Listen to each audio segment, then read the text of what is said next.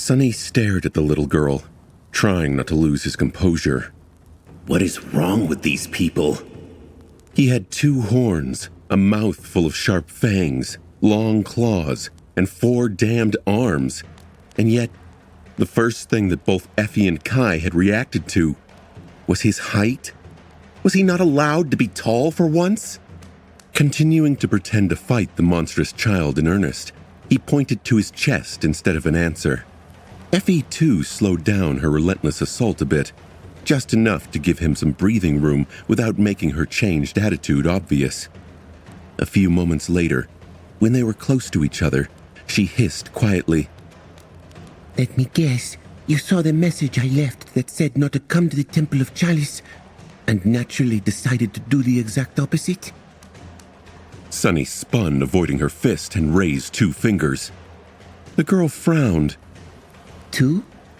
Is someone else with you? Cassia? Kai? Ah, it's Kai. So, both of you decided to ignore my warning. She deflected his dagger to the side, grimaced when it slid over a barely healed laceration on her forearm, and then squeaked in her childish voice, "Well, good. I might have been too full of myself thinking that I would be able to actually escape this damned place. So, I am really, really glad you came." Sonny thrust his greatsword forward, narrowly missing the girl's head, and then let out a low growl. Effie gritted her teeth. "But Sonny, we have 2 problems. One is that these lunatics will never let their disciples leave the sect alive. The second is that if one of us doesn't kill the other in this duel, my teachers are going to kill us both. So..." She caught his sword with one hand, then brought her fist on its blade, shattering it and making Sonny stumble. "So I hope that you have a plan. No, I know you do. Don't you?" Despite how beaten and bruised the girl was, her soft voice sounded optimistic and cheerful. Knowing that Effie was confident in his ability to get them both out of this dire situation alive somehow, Sonny felt very validated. The problem was that he did not have a plan. In fact, he didn't have the slightest idea about how to survive this mess. Yet. So he simply shook his head, making Effie pale and grow silent. As they continued to fight, Sonny thought feverishly. He didn't see any chance of escaping the Temple of the Chalice without a bloody battle against the War Maidens, as well as any way for the 3 of them to come up on top in that battle. Effie was strong and fearsome, but she was not Solvain. She would not have been able to fight her way out of the sect as that fiend had. With Kai and Sonny added into the equation, however, things still didn't look too good. Out of the 3, Sonny was the powerhouse. Even though his physical might was lesser than that of the Huntress overall, he was a much, much deadlier creature. Added to that were his 3 shadows, 2 of which were ascended demons, while the 3rd was an awakened terror. Sonny alone was most likely enough to contain 2 out of 3 senior war maidens at least. Effie would have to handle the 3rd one, which would leave Kai alone against dozens of awakened warriors gathered in the hall. That wouldn't work. No matter how Sonny moved the elements of the theoretical battle, nothing gave them a good chance of escaping alive. However, there had to be a way. The War Maidens had been defeated in the future, after all, so they were not invincible. Thinking of the future, he hesitated for a moment, and then glanced at the massive stone chalice towering in the center of the hall, full of furious white flame. Unlike in the future, it was still whole and imposing, the complex enchantment that permeated the ancient stone holding the mass of divine fire contained inside. His face grew dim. "I don't like this idea. No, I don't like it at all." Indeed, he was not happy with the seed of a plan that suddenly appeared in his mind. not only because it would be extremely dangerous and hard to pull off, but also because going through with it had broader, far-reaching implications he didn't want to think about. But no matter how hard Sonny thought, he couldn't come up with anything else to do. If moving the elements did not work, the only way to achieve his goal was to change them. With a deep sigh, he concentrated for a few moments and then gestured to Effie to keep close. At the same time, several things happened. Outside of the circle of runes, the saint lowered the soul serpent and then outstretched one hand, which suddenly became shrouded in a swarm of white sparks. She took a small step to the side to shield Kai with her body. Both actions caused the war maidens surrounding them to grow tense, their hands gripping the hilts of their weapons. Within the circle, Sonny had become surrounded by countless onyx threads that ensnared his body. One of his 4 hands was enveloped by a swarm of scarlet sparks, one in a black fog, and the other 2 in a swirling mass of dancing sparks of white light. The 3 senior maidens overseeing the fight frowned when they saw the 4-armed demon undergo a strange transmutation. Although just a little, their stances shifted, revealing their readiness to intervene should a need arise. But they didn't move yet, reluctant to intrude upon the duel without an undeniable reason. A few seconds later, a kite shield forged out of dull steel appeared on the saint's arm, while the odachi she held silently slid into the shadows. Sonny was suddenly clad in an intricate onyx armor, holding a somber spear in one of his lower hands and an austere tachi in another. Finally, a black bow with a scarlet string and a strange arrow that seemed to be made out of a bolt of lightning appeared in his upper hands. Patient Avenger, Cruel Sight, Midnight Shard, Morgan's Warbow, Strike of Thunder, and Mantle of the Underworld augmented by Memory of Fire. He had summoned all these memories at the same time, knowing that he might not have a chance to do so later. And there was one last memory that he had called upon. As the light around him suddenly dimmed, the shape of a small black lantern started to manifest itself in the air. Spinning around before the senior war maidens reacted, Sonny knocked the Strike of Thunder on the string of his bow. Then, he poured a massive flood of essence into the bow and drew it, activating the Death Dealer enchantment. Unbending. Enchantment description. This adamantine bow demands a giant's might to be bent. Because of that, arrows shot from it travel as far as the eye can see and strike with terrible strength, piercing both armor and flesh. Death Dealer. Enchantment description. This bow is able to consume a large amount of essence to deliver an obliterating strike. And finally, Caged Lightning.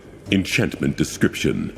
This arrow strikes as fast as a bolt of lightning and chains its devastating damage to several nearby creatures.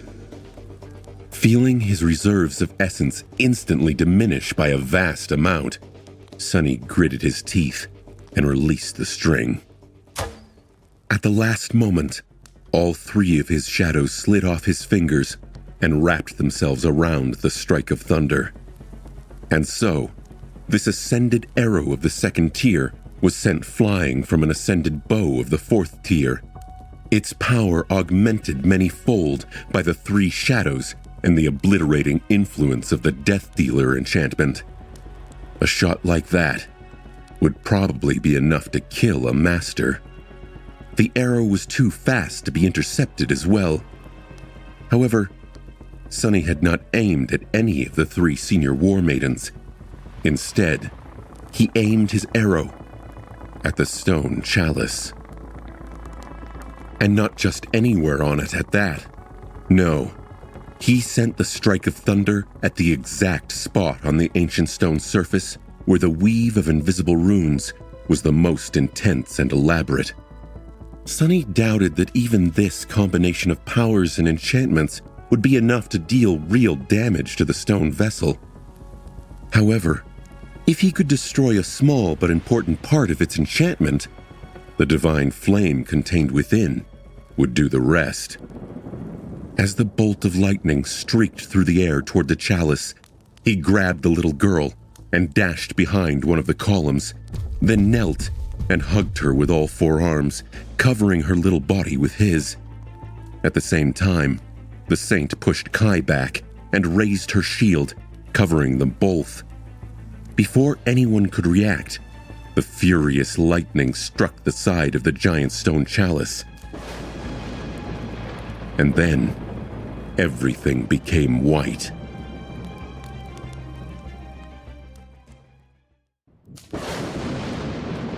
The bolt of darkness-wreathed lightning shot between two of the senior war maidens and struck the side of the stone chalice. A flash of light drowned the hall for a split second, and almost instantly, 3 arcs of electricity tore through the air, traveling back to strike the sect leaders. Since there was no one else near them, the lightning did not chain further, spending all its might while coursing through the bodies of the ascended warriors. Sunny did not see any of that, however, because he was already dashing toward a wide stone pillar with Effie's scrawny figure held in his arms. Behind him, a single narrow crack appeared on the surface of the chalice, and through it, a furious white light suddenly shone. A moment later, countless fractures appeared on the ancient stone, and then everything became white. Ah! Sunny was on his knees behind the column, his back to the center of the hall, hugging Effie with all his 4 arms. His vision was gone, replaced by an endless field of flawless white, and so was his hearing. He felt the shockwave go through his body, and the pillar behind him shattered, turning into a rain of broken, melting stone. Then, a flash of agony pierced his soul. Everything was enveloped by terrifying, suffocating heat. He felt it wash over him like a wave, and prayed that they would survive its immolating embrace. He had a reason to believe that they would. In the future, there had been bones littering the floor of the hall, after all. That meant that when the real chalice exploded, not everyone around it had been turned to ash.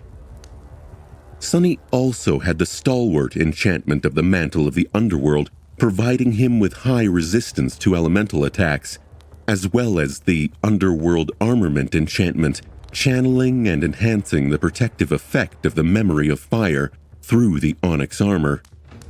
That was not going to be enough to withstand Divine Flame itself, but could save him and Effie, whom he was shielding with his towering body, from the heat produced by the flame. A few moments later, the white field veiling his sight suddenly dimmed and gave way to beautiful darkness. The shadow lantern was devouring the light surrounding its master, uncaring for what had produced it. After a couple more seconds, Sunny was finally able to discern the shape of his surroundings.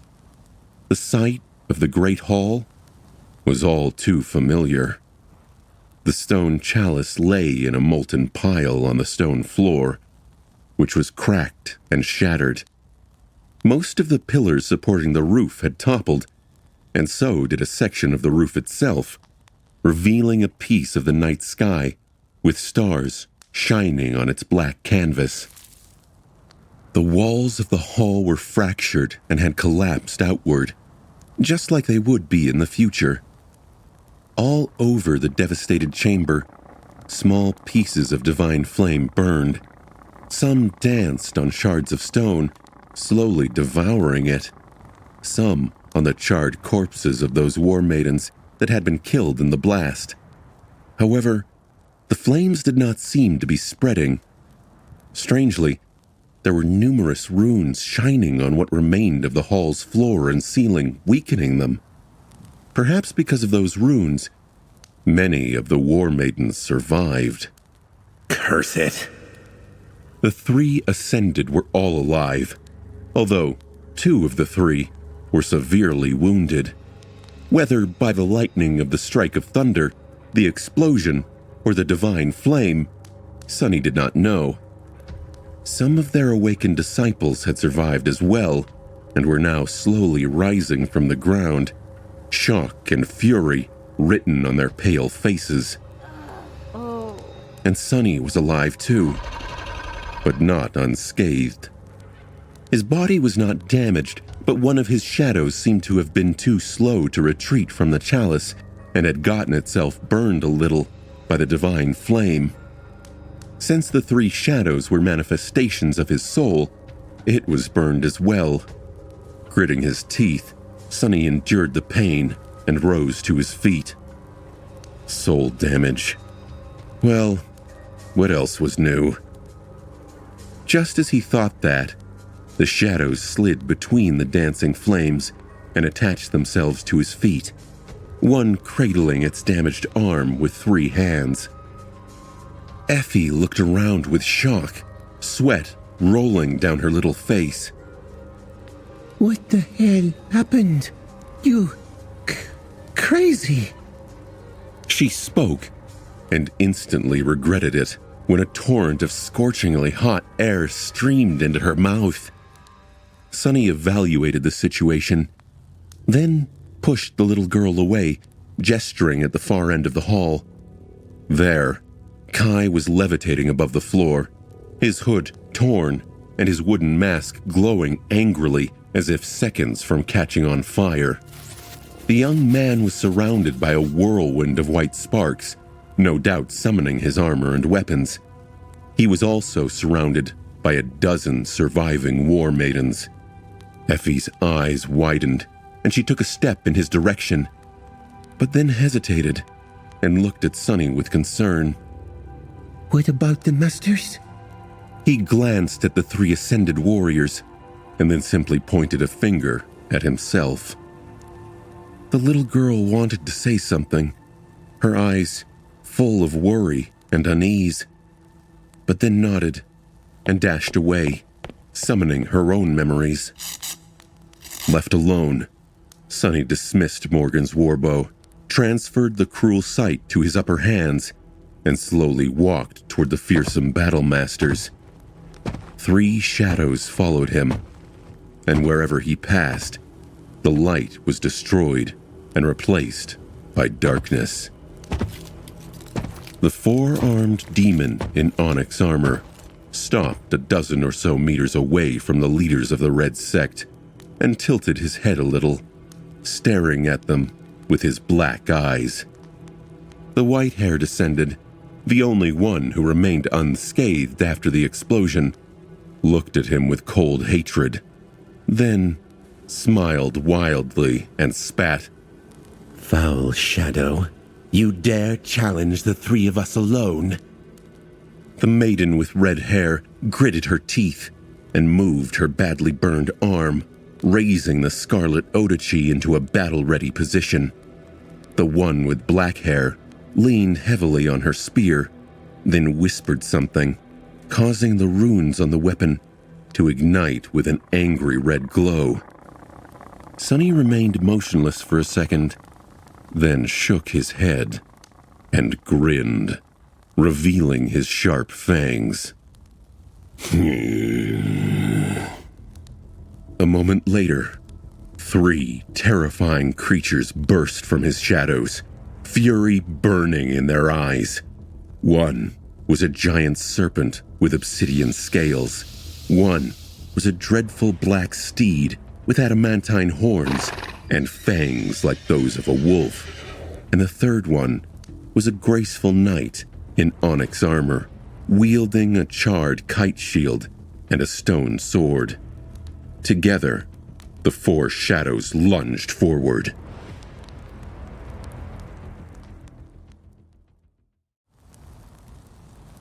An awakened had no business fighting 1 ascended, let alone 3. Each radiating an aura of an aberrant battlemaster. But then again, as far as Awakened went, Sonny himself was more than a little abnormal himself. He had already killed 2 masters before, Pierce, one of the wardens of the Night Temple, and the fearsome Red Priest, the slave overseer of the Colosseum. Both victories had been won by the skin of his teeth and cost him dearly. Sonny had even lost his head in one of those battles. The War Maidens seemed far more daunting than both of those men, and there were 3 of them. The previous clashes with the Ascended he had were nothing compared to the dire challenge of this one. However, during both of those fights, Sonny didn't have the opportunity to go full out. The first time, the Saint and Serpent had been preoccupied with the human echoes. The second time, he had been cut off from the spell, and thus from his arsenal of memories. But this time, nothing was preventing Sonny from unleashing the full and dreadful power of his divine aspect. It was time to show what he was truly capable of when nothing held him back. Fortunately, 2 of the War Maidens had already been injured by Sonny's treacherous attack, so although attacking the 3 of them alone seemed more than a little bit insane, there was a good chance that he could win this fight. As the 3 Ascended prepared to deflect the assault of shadows, the Saint lowered her shoulder, put it behind the patient Avenger, and aimed the charred kite shield at the enemies. Burning Heart, enchantment description. This shield can store a portion of fire damage it receives to augment another weapon of its wielder, or unleash a devastating shockwave. A deep, metallic groan resounded from within the shield, and then an invisible shockwave exploded outward from its dull steel surface. The patient Avenger had absorbed plenty of fire damage during the explosion of divine flames, and now all that furious force was released forward, shattering the chunks of stone that littered the cracked floor into dust, and sending the War Maidens flying back into different directions. Whatever chance of a coordinated defense they had before was now utterly gone. Without slowing down, Sonny and his shadows split. The Soul Serpent slithered between the dancing flames, lunging at the maiden that wielded a spear. Saint ran toward the maiden who wielded an Odachi, and finally, Sonny and Nightmare flew toward the maiden who was unarmed, but radiated the most pressure. Come on! Everything was going according to plan, but no plan ever survived a clash with reality. A moment later, something unexpected happened, putting a wrinkle into Sonny's stratagem. The woman with black hair twisted in the air and gracefully landed on her feet, plunging the tip of her glowing spear into the floor to stop herself from sliding back into the white wall of divine flame burning behind her. And then, there were suddenly 2 of her. 2 identical War Maidens jumped to their feet, each holding an identical glowing spear. None looked like an illusion, and both possessed real shadows. Both were made of flesh and bone, which meant that the threat she posed instantly doubled. What kind of an insane aspect is that? Sonny had never seen anything quite like it. He knew and heard of aspects of holographic doubles, but creating a duplicate of flesh and blood, was that even real? Or was this some insanely believable magic at play? Sonny bared his fangs, changing the plan on the fly. Nightmare pivoted and switched direction, aiming to join Soul Serpent and help it destroy the 2 spear-wielding Ascended. One of the shadows cast by Sonny swiftly slid forward, wrapping itself around the black steed. The other 2 rose and embraced Sonny himself, since he was now facing the most fearsome of the War Masters, alone. The Saint was going to have to deal with her opponent without any augmentations. He wasn't too worried, though. Out of the four of them, she was probably the most powerful. A moment later, the War Maidens and the Shadows clashed. To Sunny's left, Nightmare and the Soul Serpent attacked the two identical black-haired women. Now that the Shadow Steed was apart from Sunny and outside the area where the Shadow Lantern was devouring all light, the effect of the Dark Destroyer attribute was lessened, depriving him of its augmentation. However, the Dreadlord attribute was still working. No matter how confident and fearsome the War Maidens appeared, they had to be in the throes of fear and confusion deep down in their hearts. After all, their sacred chalice had just been unexpectedly destroyed, and scores of their sisters had been killed in the explosion. Added to Nightmare's Mantle of Fear ability, even powerful Ascended like them would not be able to resist the creeping terror. And the more terrified they were, the more powerful the Black Stallion would become. So, Sunny was not worried about the Serpent or the Nightmare either. To his right, the Saint clashed with the red-haired Ascended, their blades crossing with melodious ringing. The War Maiden pushed, causing the taciturn demon to stagger and make a quick step back. Considering how much the living statue weighed, this must have taken tremendous strength. So this one possessed some sort of a physical augmentation aspect.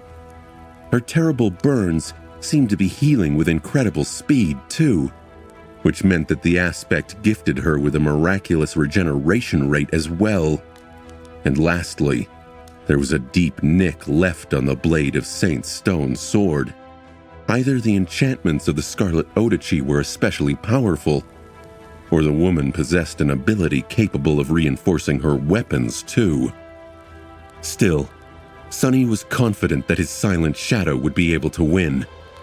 The only member of their team he was somewhat worried about was himself. Raising the cruel sight above his left shoulder and lowering the Midnight Shard to his right thigh, Sunny lunged at the white-haired War Maiden, who was still calm, entirely unscathed, and unarmed. Let's see what kind of a fiend you are, then.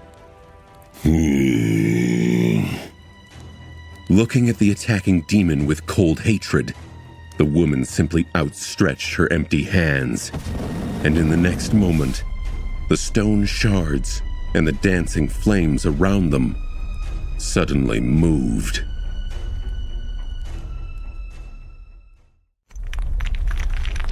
What the? The shards of stone and the dancing flames moved, flying through the air toward the tall woman. Instead of crushing and burning her, however, they somehow assembled around her slender body, the pieces of stone levitating around it, to form a strange armor, the fire shrouding her hands like incandescent gloves. Sunny suddenly felt a deep, dangerous sense of unease. How dare you, vile shadow? The voice of the War Maiden thundered in the darkness that the Shadow Lantern had created, and then two furious white eyes ignited in its depths, piercing Sunny with a murderous gaze. How dare you challenge war? A split second later, the maiden disappeared from where she stood, the stone slab beneath her feet exploding into a rain of shards.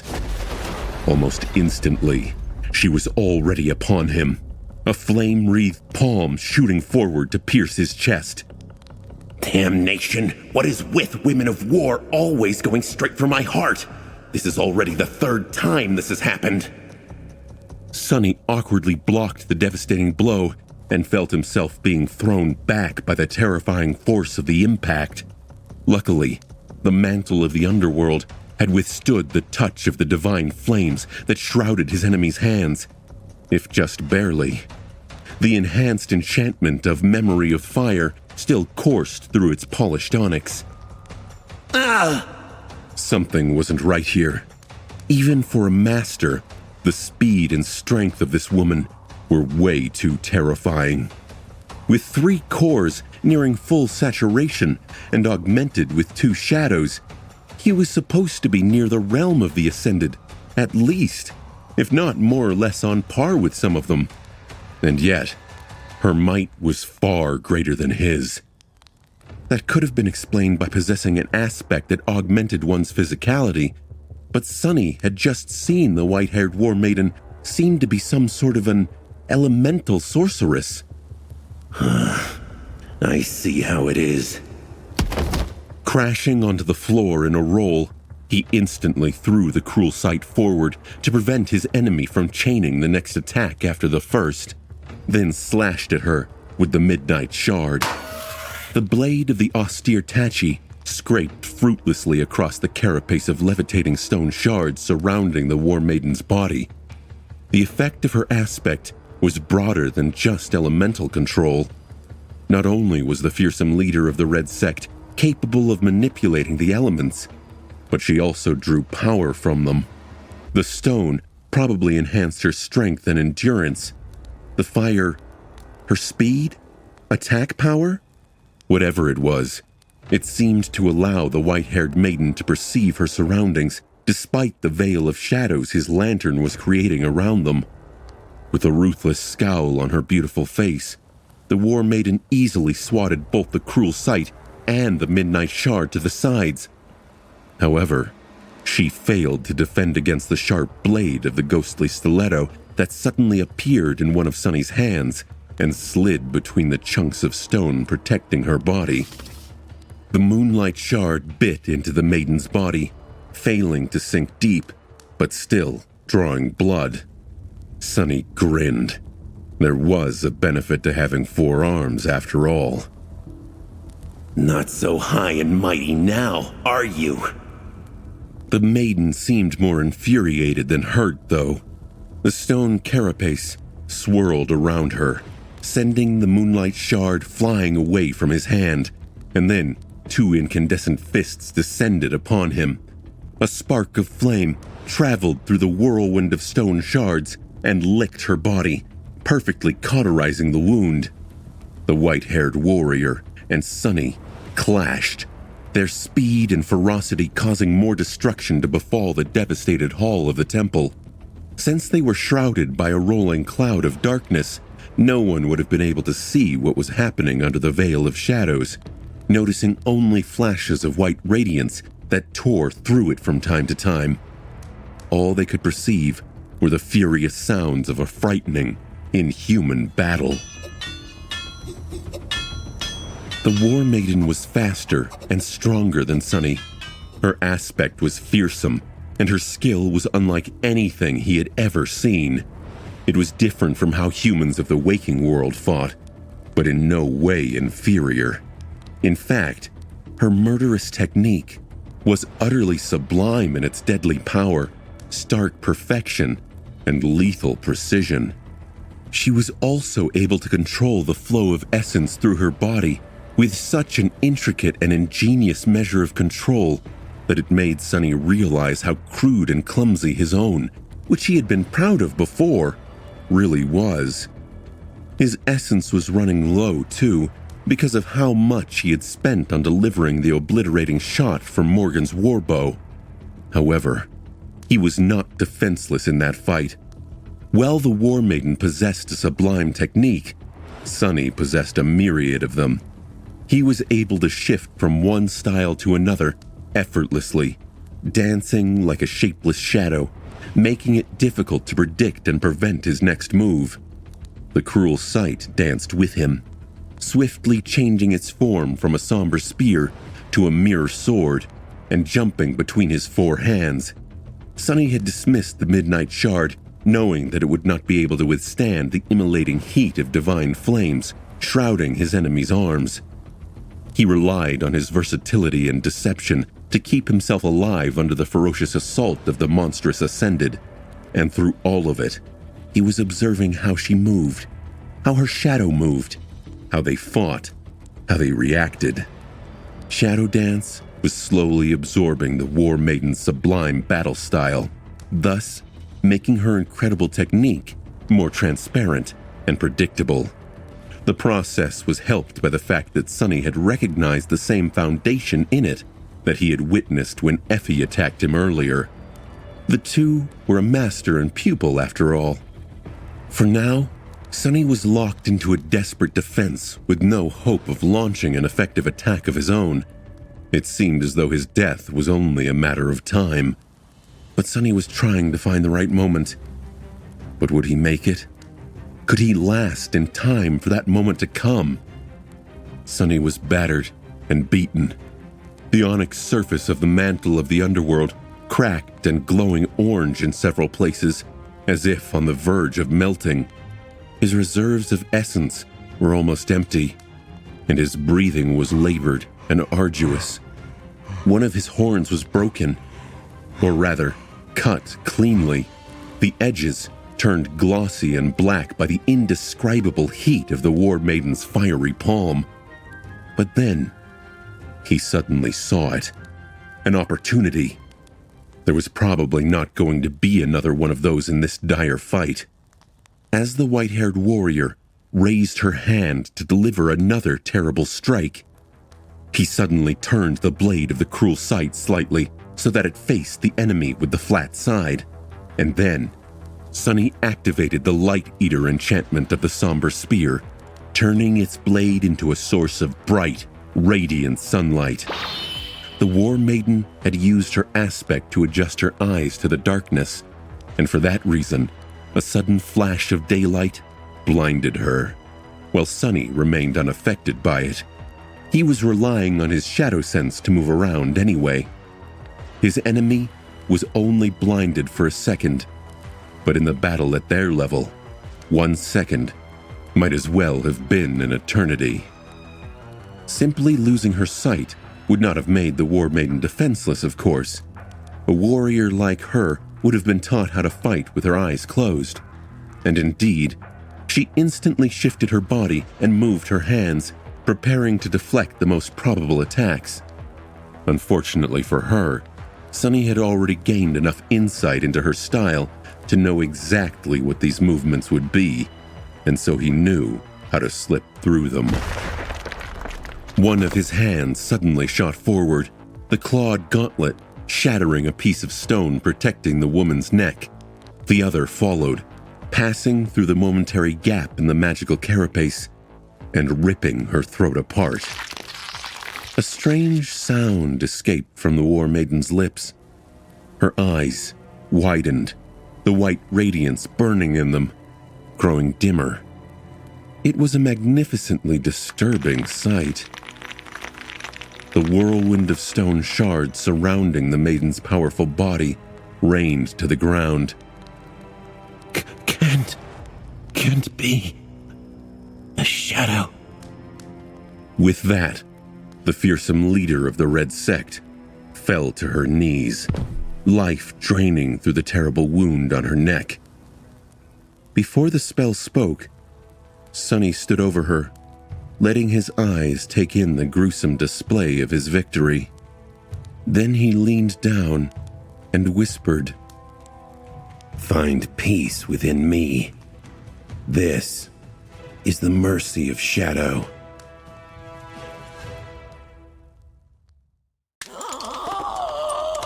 A rattling breath escaped the War Maiden's lungs. The spell whispered into his ear, "You have slain an ascended human, War Maiden Hildy. Your shadow grows stronger."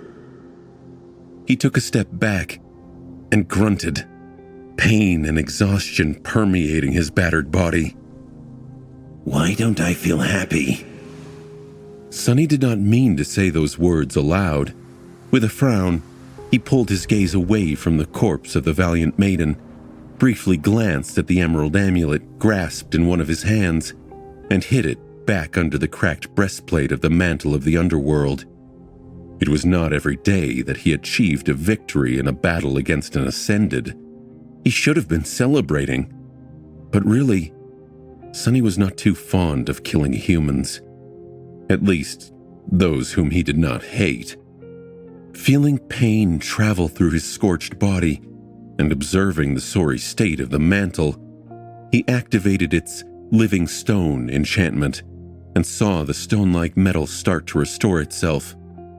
He also sensed most of his remaining essence flow through the armor, disappearing as it empowered the process.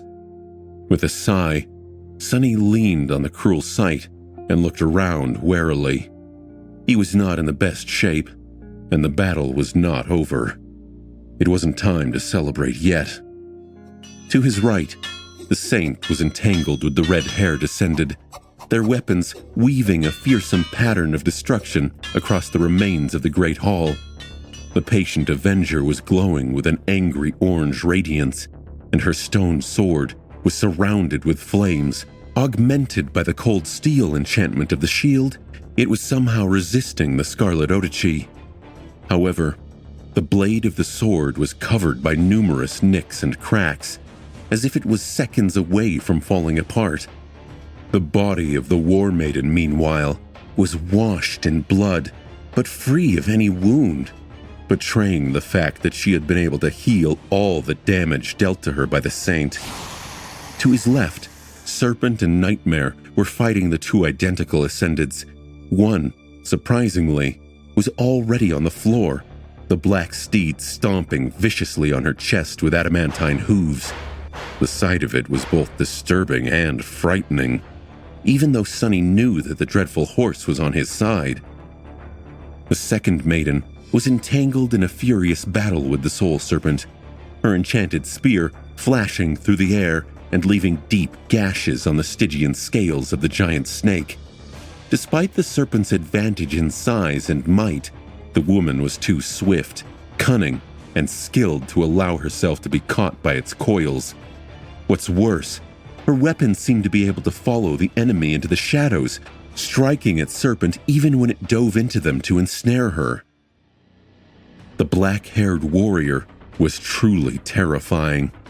To be able to resist both an ascended demon and an awakened terror at the same time, even after being damaged by the strike of thunder and the explosion of the chalice, was something only the most fearsome masters of the waking world would have been able to do, if any.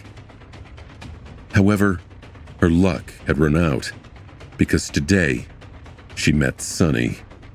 Stepping through the shadows, he appeared behind the maiden and struck her in the back, not at all concerned with how cowardly and dishonorable such an attack was. As far as Sonny was concerned, honor was for fools. While Sonny knew himself to behave like a fool on occasion, he was at least immune to this particular kind of foolishness. The blade of the cruel sight pierced the heart of the brave war maiden and flashed with white incandescence of divine flames for a split second, dealing devastating damage to everything it touched. The woman died instantly, without even realizing who had killed her. At the same time, her second copy finally succumbed to the Nightmare Stallion's hooves and stopped moving, her body a terrifying mess of torn flesh and broken bones. A moment later, it shimmered with a dark red glow and disappeared. The spell spoke. You have slain an ascended human, War Maiden Gwenravier. Your shadow grows stronger. One more left. Regretting his decision to not let the serpent finish off the Ascended, thus replenishing his now empty reserves of essence, Sonny gritted his teeth and turned his head to glance at the Saint. However, at that moment, the voice of the spell suddenly resounded once again. You have slain an ascended human, War Maiden Kara. Your shadow grows stronger. What he saw was the War Maiden's decapitated body toppling to the floor, the taciturn knight standing above it with a shattered sword in her hand. The length of its stone blade, what remained of it at least, was painted crimson, heavy drops falling down from it. Saint remained motionless for a few moments, then glanced at her broken sword with regret. Her shoulders moved slightly, as if the shadow sighed. Dropping the shattered blade, she then bent down and nonchalantly picked up the scarlet Odichi that slipped from the Ascended's fingers. Finally, the taciturn demon brandished the Odichi and turned around to look in the direction of the entrance to the Great Hall. What is she looking at? Sunny frowned, then suddenly shivered. Oh, right. Effie and Kai. He spun, remembering that his friends were currently facing off against a dozen powerful awakened warriors. However, he didn't have to worry. The War Maidens, almost all of them, were already dead. Kai was just about to finish off the last one. The young man was clad in beautiful armor forged out of white steel and gold, wielding a swift saber.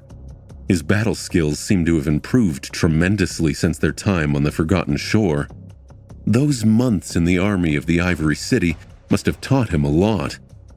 Effie was done with her share of enemies as well. The little girl was now wearing familiar bronze armor, the white chiton beneath it replaced by the red silken tunic of the War Maidens. The dusk shard was also there, on her hand. However, now, the heavy round shield was almost the size of her entire body. Just then, Kai dodged a strike of his opponent, hovered above the floor at an impossible angle, and delivered an unexpected thrust to the War Maiden's abdomen. A moment later, Effie slammed into her with the dusk shard. The female warrior fell to the ground, either dead or dying. Suddenly, the devastated hall of the Temple of the Chalice was enveloped in silence. The three of them, Sunny, Kai, and Effie, stared at each other with confused expressions on their faces. It was all over.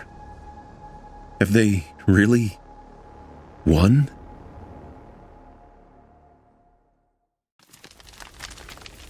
Surrounded by devastation, Sunny, Kai, and Effie stared at each other with confused expressions on their faces. Their weapons were still raised, ready to strike at the enemies. But there were no enemies around. Just dead silence. Sunny tensely studied the devastated hall, then slowly pulled out the emerald amulet and looked at the little girl with a silent question written on his face. Effie, tell me, is there, perhaps, a slumbering saint somewhere in the temple? She frowned, then shook her head. Sunny was genuinely perplexed. Maybe there is an indescribable horror that had been contained by the chalice and we have set it free? Or an ancient curse? The little girl wiped the sweat off her bruised face, then spoke in her soft, childish voice. Not that I know of. No. There are no horrors or curses. Sunny blinked a couple of times. So, what? We really won? Just like that? Effie stared at him for a bit. Then her eyes widened in anger as she yelped in outrage. What the hell do you mean just like that? We just wiped out 100 vicious, awakened battle zealots, and you yourself killed 3 ascended champions, not to mention destroying the chalice, which was supposed to be indestructible, by the way. Was that not hard enough for you, you crazy demon? He tilted his head a little and thought about it. Well, when you put it like that, I guess it was a bit hard. The three of them, especially Sunny, had indeed achieved something remarkable just now, but it still felt weird. He didn't even lose a single limb, body part, or heart.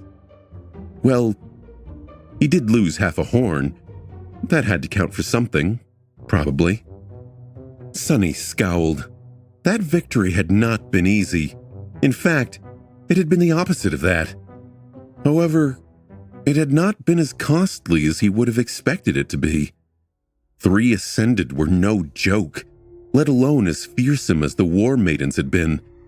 Granted, they had faced him after being mangled by the strike of thunder, and the consequent explosion of the chalice, and he had only been able to damage the chalice, thus allowing the divine flame contained within to destroy it because of his insight into how true sorcery worked. So, in a sense, this victory was the result of those months Sonny had spent barely surviving in the Red Colosseum, as well as his trials and the countless nightmares that gifted him his third shadow. And more than a bit of luck.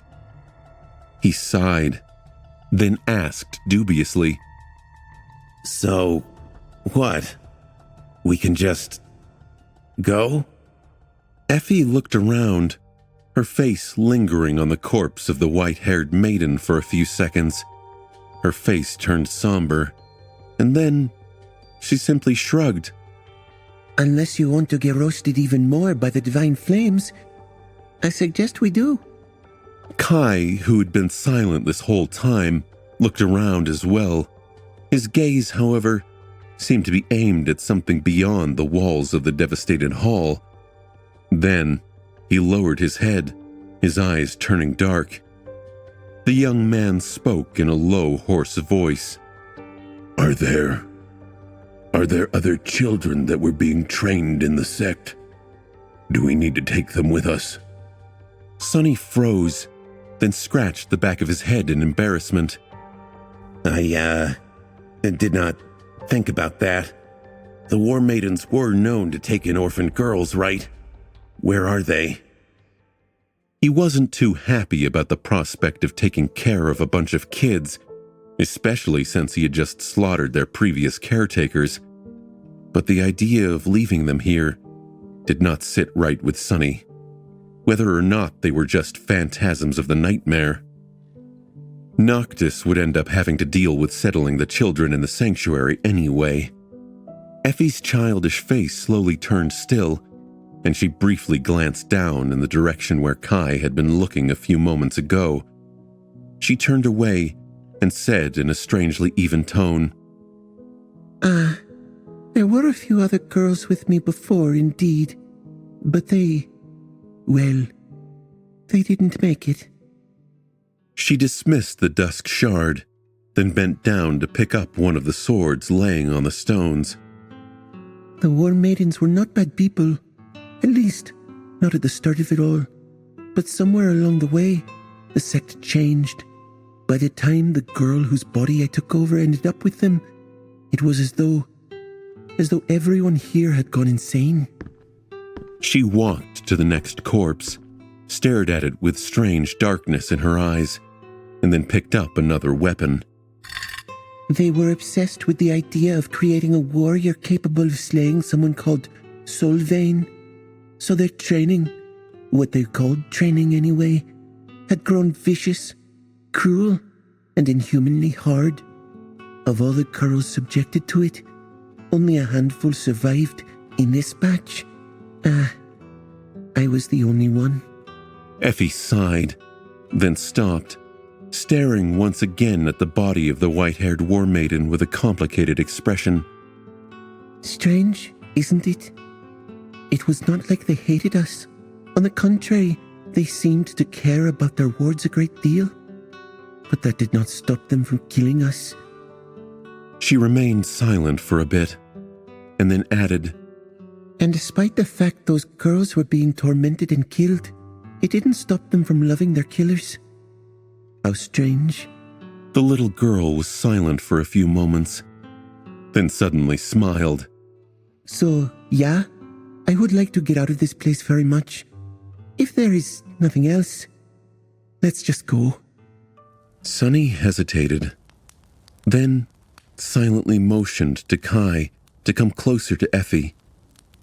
She was putting on a brave face, but he could sense that beneath it, the huntress was deeply disturbed by what had happened to her in this temple, and what they had done to the temple themselves. Then, he turned around and headed for what remained of the stone chalice. As he got closer, the heat of the divine flame grew almost unbearable. Sonny once again activated the enchantment of the memory of fire and the augmentation of the underworld armament, then moved carefully between the burning shards of stone.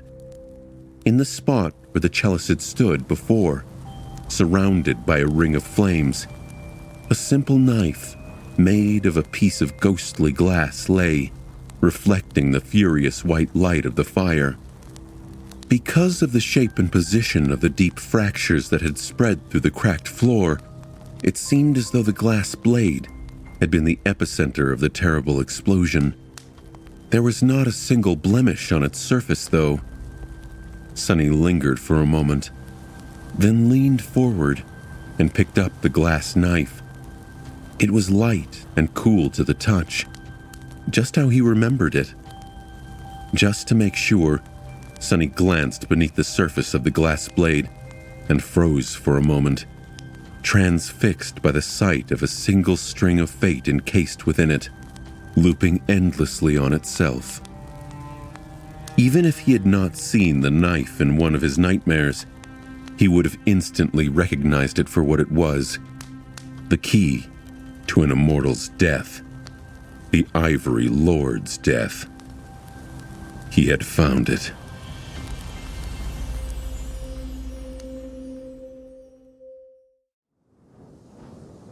Outside of the now empty Temple of the Chalice, the dawn was slowly painting the world in a beautiful shade of lilac. Sonny was sitting on the ground, staring at a scarlet Odachi and a spear with a blade etched with runes that lay on the ground in front of him. Kai had dismissed his armor and was standing nearby, his wooden mask charred and blackened by the heat of the divine flames. His gaze was distant. Effie was also close. She was standing in front of a pile of weapons, some of them whole, some broken and melted by the fire. Despite her exhaustion and injuries, the little girl, whose body was almost entirely covered by bruises and lacerations, was picking up one weapon after another and then thrusting them into the rocky ground with somber determination. The graveyard of swords surrounding the temple was slowly growing thanks to her efforts. Sonny observed Effie for a while, then sighed. He did not see a lot of sense in leaving so many enchanted weapons behind, even if most of them were only equivalent to awakened memories. However, he was also not going to stop the girl from performing the wasteful ritual, as long as it gave her some closure, or whatever it was she was seeking by performing the strange burial. It gave him food for thought, however. In the future, he knew there was no such graveyard around the ruined Temple of the Chalice, which meant that no one had done this last mercy for the war maidens slaughtered in the Great Hall. Was that the reason they had turned into vengeful wraiths, perhaps? Maybe. Or maybe the swords had just been stolen or destroyed at some point later in time. He had not seen the rest of the graveyard in the future as well, after all. So then, what exactly was the connection between the nightmares and the dream realm? Before, Sonny had been sure that nightmares were simply recreations of the past. Now, however, he was not so certain. After all, the Temple of the Chalice was destroyed in the same exact manner as it had been in the future, which meant that he had always been the one to destroy it? Could it be that the seed of nightmare was really a portal to the actual past? Sonny scowled, then shook his head. No, this didn't make any sense. If that were true, then too many things would have been changed in the waking world every time an awakened conquered their nightmare. The connection was too easy to spot. All he had to do was to go and carve his name into one of the menhirs of the sanctuary, then check if it had actually appeared outside the seed. People weren't fools. They would have known by now. Nightmares were almost certainly simply recreations of the past of the dream realm, and not the actual thing.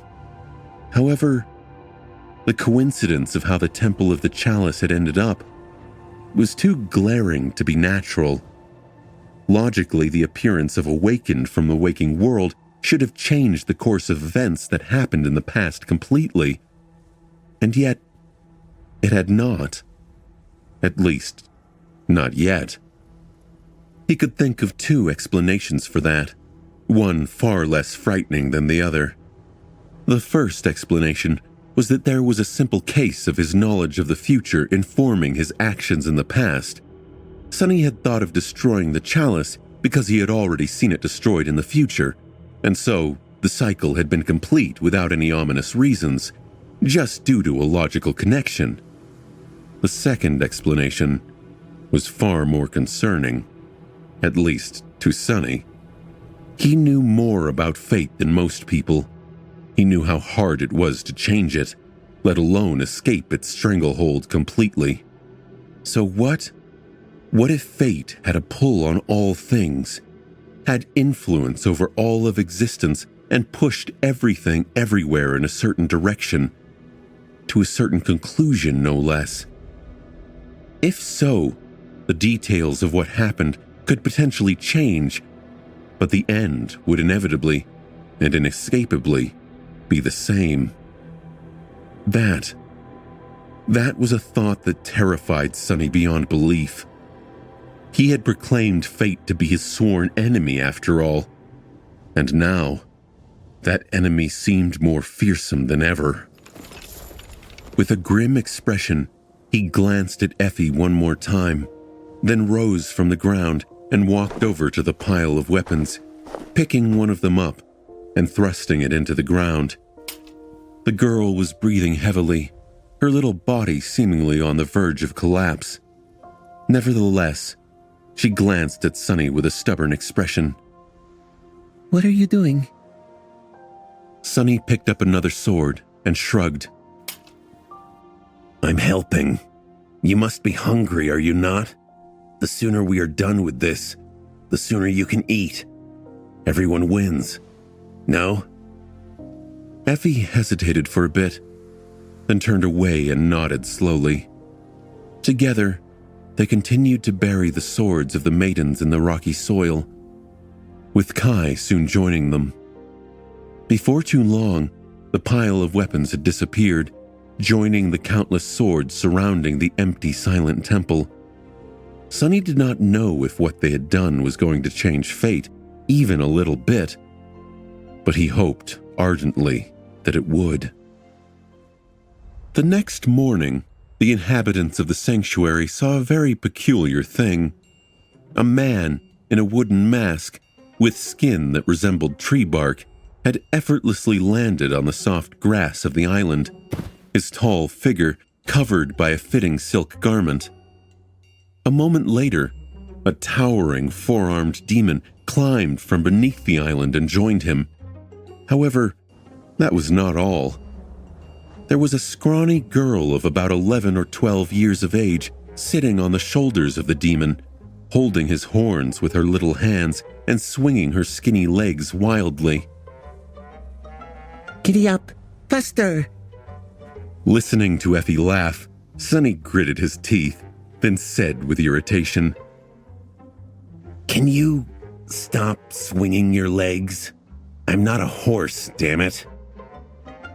The huntress did not listen, so he grabbed her legs with two of his four hands and held them in place, which was not easy to do, considering the little girl's monstrous strength. Ouch! My bruises! Effie made a pitiful face and whimpered, Oh, no, please don't hurt me, Uncle Demon. I'll be good, I promise.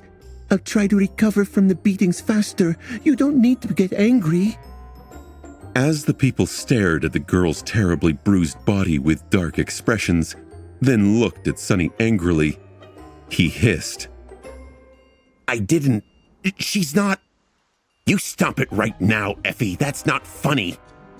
The little girl threw her head back and laughed again, then leaned down with a mischievous smile. Yes, of course. Whatever you say, Uncle. After that, she glanced at the tall menhirs of the sanctuary and lingered for a few moments, then whispered quietly into his ear So, let me get this straight. Everyone in this nightmare was driven insane by the demon of desire, and to conquer it, we need to set her free? With the help of a mad transcendent sorcerer who wants to defy the gods, start a war against the other four chain lords, and kill them? And it was that guy, Noctis, who sent you to the Temple of the Chalice? He is the one we are here to see?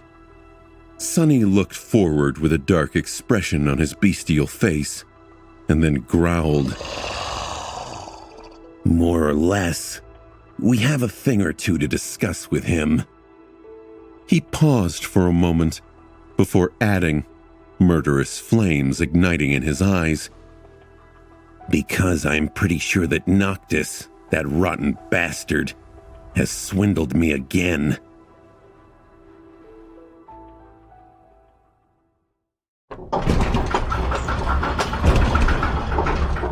Sonny, Effie, and Kai entered the sanctuary, crossed the beautiful garden, and entered the sorcerer's residence through a familiar wooden door.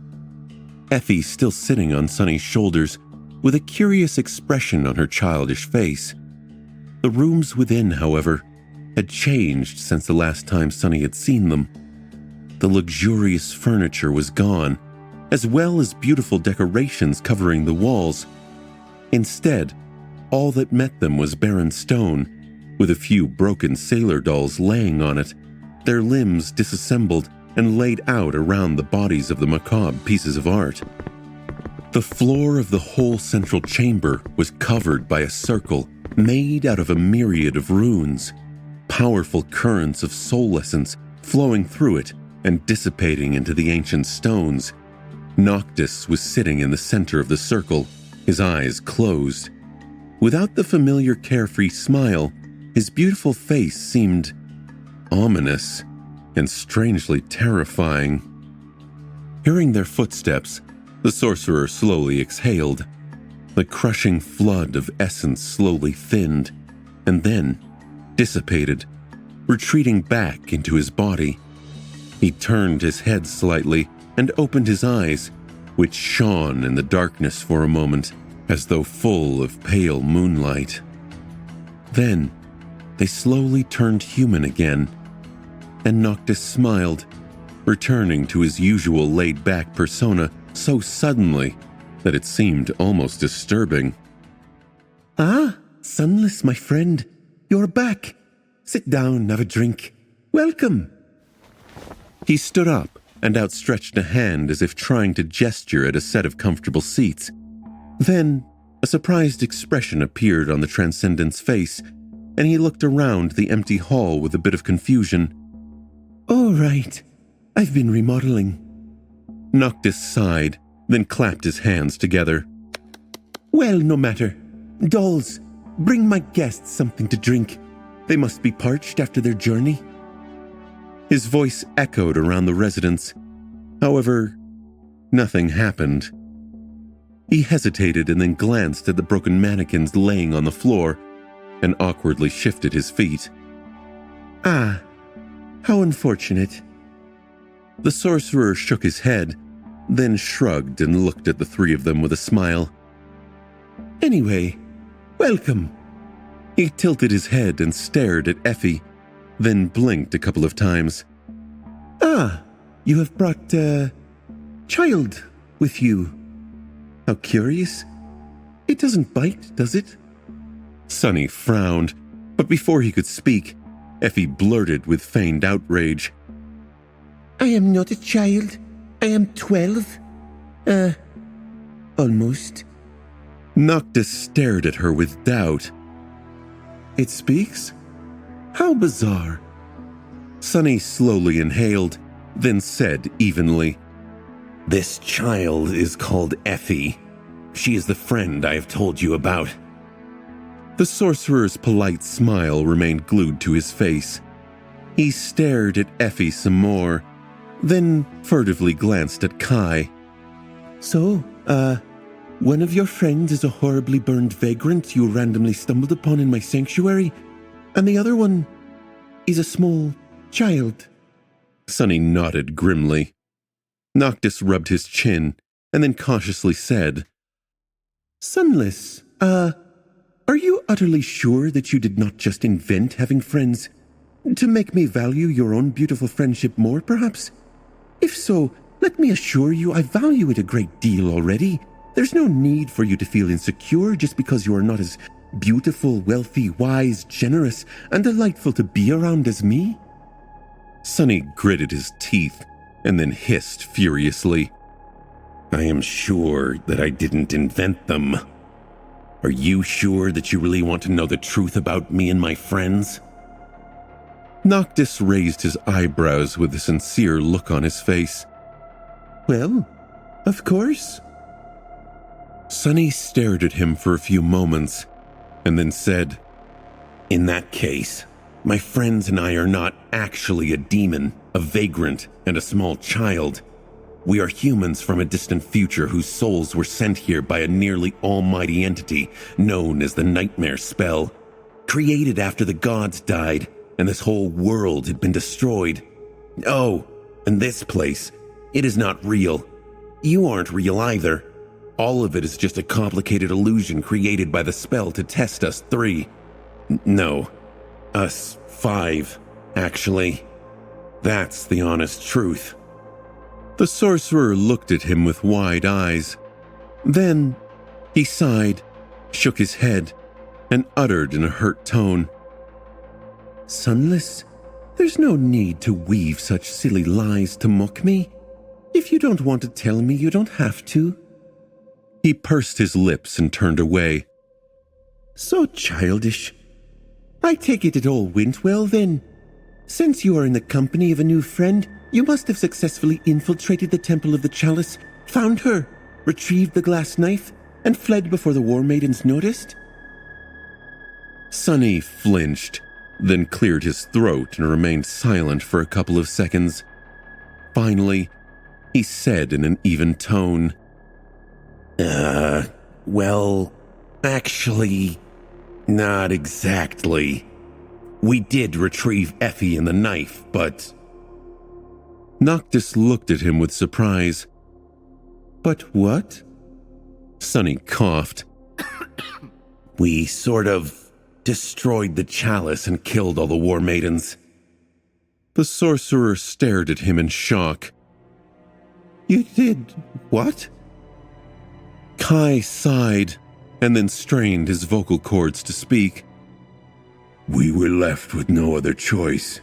The maidens were willing to give us a chance to earn the right to take the glass knife away, but they would have never let Effie go. That was a tenet of their sect, so the sect had to go instead. Noctis stared at them with wide eyes, his face turning deathly pale. He swayed a little, and then yelped.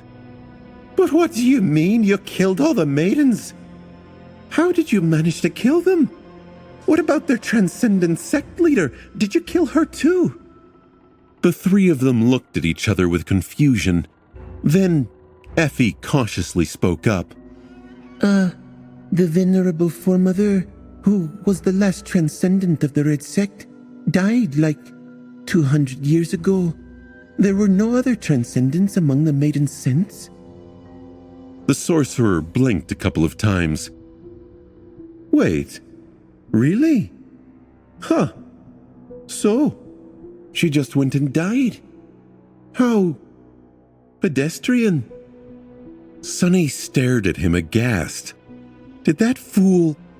Did he really forget that people had a habit of dying from time to time, unlike his own immortal self? How insane could this charlatan really be? But then he had to stop himself. No, that was not right. Noctis was no fool. He just enjoyed playing one. There was no chance that the immortal would not have known whether or not there were transcendents living in his territory, which could only mean one thing. Sonny took a step forward and growled. Do not insult us. You knew perfectly well that there were no transcendents in the Temple of the Chalice. And you also knew that you could have easily obliterated that whole place and taken the glass knife if you wanted to. We 3 are formidable as far as awakened go. but not nearly so formidable that we could do something that a chain lord would not have been able to. He glared at the immortal and said, the emerald amulet almost cracking in his fist, "So, Noctis, my friend, why don't you tell me the real reason for why you sent us there instead of going yourself? And be very careful what you say, because our beautiful friendship might depend on your answer." Noctis remained silent for a while, looking at him with an unreadable expression. Then, he sighed and waved a hand. All right. If you want to be boring, I'll tell you the truth. No need to get angry." He clapped his hands again, and the disassembled sailor dolls suddenly rose from the floor, their limbs flying up and connecting to the wooden torsos. Then, one of them disappeared for a moment and returned with a silver goblet full of fragrant wine, presenting it to the sorcerer with frightened reverence. The others backed away and froze, standing silently near the walls. Noctis took the goblet, took a sip, and looked away with a somber expression on his exquisite face. "Yes, it is true that I could have retrieved the knife, saved your friend, and destroyed the Temple of the Chalice myself. That would not have been too hard, with or without the Transcendent guarding it. However..." He stared west, his eyes turning dark. "If I made such a move myself, the other four would have learned of it. Then, they would have understood why I made it, and what I am going to do next as well. They will know my intentions eventually, of course, but now is not the time. Not yet. Revealing it all now would be troublesome." Sunny scowled, then briefly glanced at Kai. The archer was looking west too, his shoulders tense. The Ivory City lay to the west, the Red Colosseum too. He hesitated, and then said in a grim tone, "So, you can't act openly out of fear that the other chain lords will unite to attack you?" Noctis turned to him and smiled. "Fear? No, nothing that whimsical. It is simply a matter of convenience. You see, until..." Suddenly, the sorcerer grew silent. His face turned grave, and his eyes shined with a glint of distant moonlight. This time, it was not a performance. Sunny could feel that something had really gone wrong, because the whole room inexplicably changed, becoming much darker, colder, and full of dire tension. Noctis slowly turned his head and whispered, his voice stunned and solemn, Something changed? No, it can't be." He looked toward the doors and then added with a grim expression, "We have another guest, I think. A messenger from the north."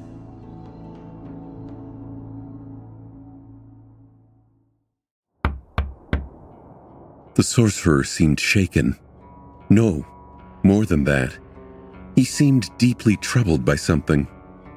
Noctis stared at the door for a few moments, then frowned and said, his voice devoid of any emotion, "Let us go and see who is knocking on my door then." With that, he drained his goblet, threw it aside, and walked toward the exit. Sunny, Effie, and Kai glanced at each other, and then followed along. No matter who it was that had come to the sanctuary, they were currently enjoying the sorcerer's hospitality, so the identity of the new arrival concerned them too. Who could have affected Noctis that much? Or was the change he had spoken about the real reason for this strange behavior, while the appearance of a guest just happened to coincide with it? They were going to find out soon. Together, the four of them, 3 awakened and an immortal saint, crossed the garden of the sanctuary and walked between the ancient menhirs to the field of grass beyond. There, an elegant figure waited for them, dressed in an austere black garment.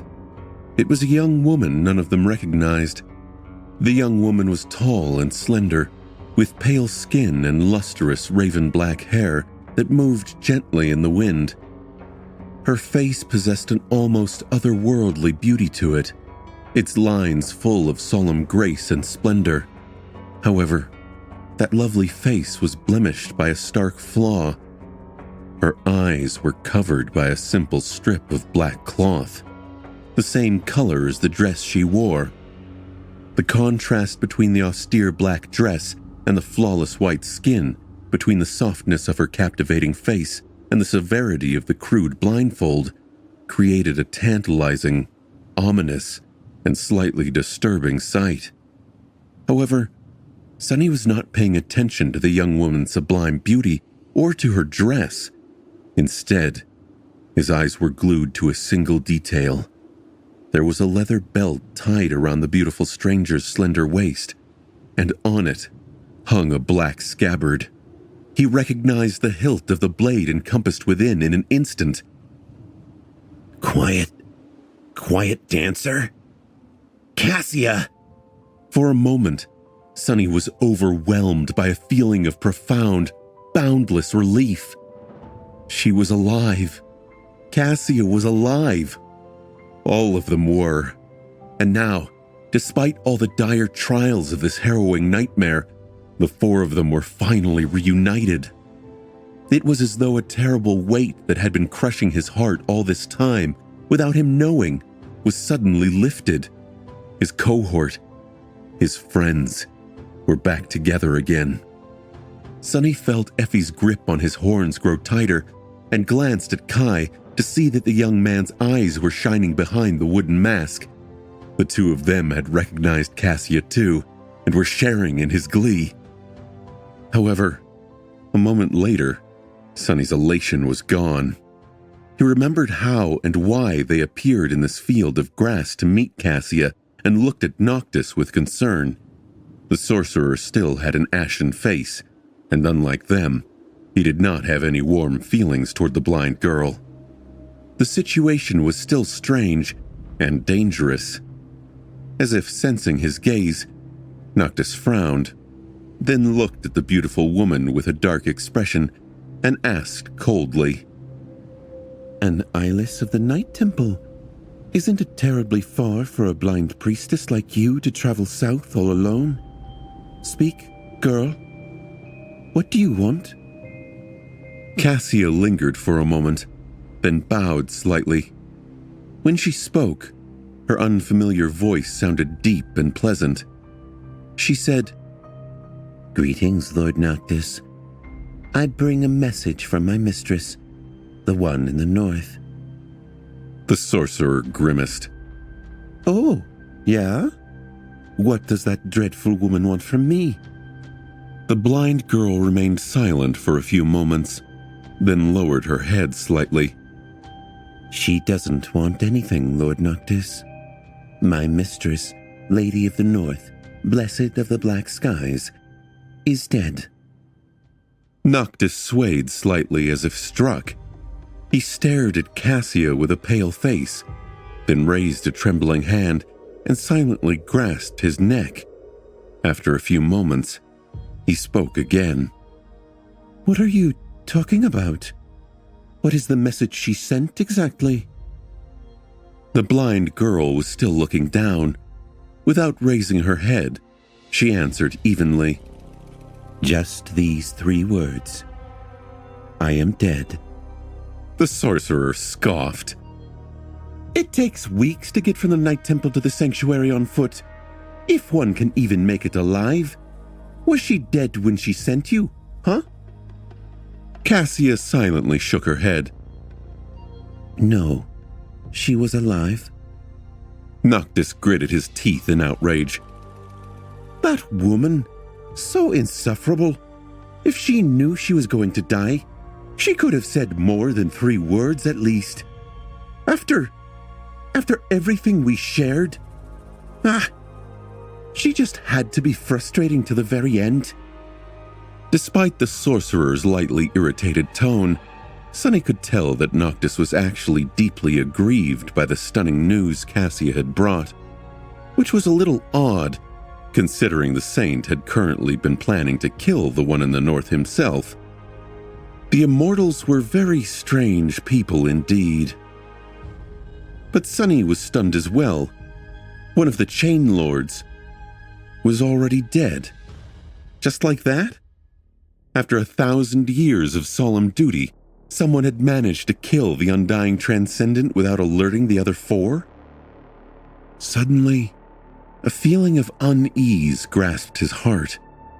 If not one of the Chain Lords, then who could have killed the ruler of the Night Temple? Who else possessed one of the 7 knives? He knew of only one person. As if reading his thoughts, Noctis stared at Cassia and asked, his voice trembling with anger. So, who was it? Who killed her? Solvayne? Or the Ivory Lord? The blind girl slowly shook her head. Neither. It was a creature. A creature that came from the fog. The sorcerer chuckled. I see. So the ivory knife fell into the hands of one of those? Huh. She could have saved herself if she had only wanted. But she grew indifferent to things like that a long time ago, didn't she? That was her madness. Noctis remained silent for a while, and then suddenly spoke again, his eyes glinting with his own madness. So then, the North is in disarray, the Night Temple is without a leader, and its army needs a new commander. Thousands of soldiers, hundreds of awakened warriors, all hoping to find someone to serve and protect their families, right? Cassia lingered for a moment, seeming to be struggling to figure out how exactly to break this next bit of news. After a few long seconds, she shook her head again. No. Noctis raised an eyebrow. What? Why not? She straightened, then answered simply, They are also dead. The sorcerer blinked a couple of times. Huh? Who is dead? The young woman remained still as she spoke, her voice calm and even. Everyone. The soldiers, the priestesses, the awakened, the families. Everyone is dead, and the northern reach stands empty. The creature took them all.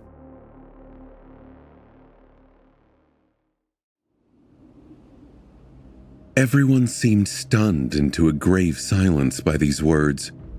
Even Noctis was shocked, and he was someone who must have heard and seen quite a lot during his long life. Frozen, Sunny stared at Cassia, his lightless pupils narrowing into 2 vertical slits. Everyone was dead? Everyone? Had Mordred slaughtered an entire region? Thousands of people? Possibly even tens of thousands? Mundane humans awakened, ascended, even the transcendent Lady of the North herself. Suddenly, a cold shiver ran down his spine. Sunny knew, of course, that the Prince of Nothing, the owner of the friendly voice he had first heard long ago, arising out of the darkness of a bottomless abyss, was formidable, and would have grown more formidable still after being sent into the body of a terror. He also knew that Mordred was not completely of sound mind, and that the influence of hope would have only exacerbated that subtle fissure. But a slaughter of such a scale, he had never, in his wildest dreams, even considered that Mordred was capable of committing something like that. And why? What goal was the banished prince pursuing? He was never cruel without a cold and calculated reason. Or at least, he had not been in the past. Every monstrous act that Mordred had perpetrated before was full of perverse but deliberate practicality. But this, How could something like this ever be practical? Even forming a seventh core would not have demanded a brutal massacre of this magnitude. No. This had to be an action of pure malice and cruelty. A cruelty that Sonny found difficult to even process. But that wasn't the only thought that left him conflicted. Sonny really did not know how to feel. On one hand, the news of a Chain Lord's demise was beneficial for his plans. In that sense, the Prince of Nothing had already accomplished more to conquer the nightmare than the four of them combined. But on the other hand, Sonny just couldn't help but feel uneasy about it. And about Mordred. What was the Son of Valor planning? His thoughts were interrupted by Noctis, who let out a deep sigh. Everyone is dead. I barely remember the last time something like that happened. But when I was young, at the dawn of the Age of Heroes, things like this were actually rather common. You wouldn't remember, I guess. That is what happens when human champions grow unfit for their duty. He looked away with a dark expression, and then added in a grim tone, And we, the champions of this kingdom, have been unfit for quite a while now. If the lords can even be called champions at this point, come to think of it, I'm genuinely surprised that something like this did not happen much sooner. He sighed again, then shrugged and turned to Cassia, seemingly having no desire to elaborate on this strange statement. Thank you for delivering this message, girl. If everyone in the north is dead, that makes you the last one, then. The blind woman lingered for a moment, then nodded. Noctis pursed his lips. Well, I am very sorry. For what it is worth, you are welcome to stay here in my sanctuary. There is a place for those who are lost, lonesome, and have nowhere else to go. Don't hesitate to ask if you need anything. He turned away as if losing any interest in the conversation, but at that moment, Cassia suddenly spoke up. Actually, there is something that I need. The sorcerer stopped, then looked at her with a slight frown and asked with a bit of surprise. Really? Oh, then tell me. I am sure I'll be able to help. The beautiful young woman placed a hand on the hilt of her rapier and then said, her voice deep and pleasant, I am looking for my friends. I wonder if you would be able to help me find them, Lord Noctis. Noctis blinked a couple of times, then glanced at Sonny, Kai, and Effie with a strange expression on his face. Finally, he answered in a cautious tone. Of course, gladly, but, do you perhaps not know how your friends look, where they are, and what they are called? If so, finding them will be difficult. Cassia tilted her head, remained silent for a few moments, and then answered with a bit of confusion. Why would I not know? I am looking for a four-armed demon, a burned man with a grating voice, and a little girl. Their names are Sunless, Nightingale, and Raised by Wolves. They should be here in your sanctuary, my lord, or at least visited it not too long ago. Noctis smiled radiantly. You would, wouldn't you? Not knowing something like that would be very strange. Gods! Finally someone normal. A four-armed demon, you say? A four-armed... The sorcerer's voice trailed off, and then he slowly turned to Sonny, seemingly struggling to say anything else. Before he managed to speak again, however, there was a sound of little feet pattering on soft grass, and a small figure collided with the young woman, hugging her with inhuman strength. Cassia, you are alive! Despite the fact that the young blind woman could perceive several seconds into the future and had to have known that Effie was going to tackle her, a bewildered expression still appeared on her beautiful face. She remained frozen for a few seconds and then hesitantly lowered a hand to pat the little girl on the head. Yes. Yes, I am.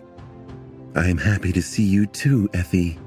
The little girl stared up at Cassia and then made a pouty face. What the hell, Cassia? How is this fair? Sunny was short but became tall. Kai was pretty but became hideous. And let's not talk about that. But you were pretty before and became even prettier now. The injustice. The young woman smiled gently and then tightly hugged the little girl. What are you talking about? I think you became very pretty too. Noctis stared at all this, then looked at Sunny with an inexplicable expression. The immortal sorcerer hesitated for a couple of seconds, and then cautiously asked, Sunless, this beautiful priestess is one of your friends too? Sunny glanced at him, and then raised the emerald amulet.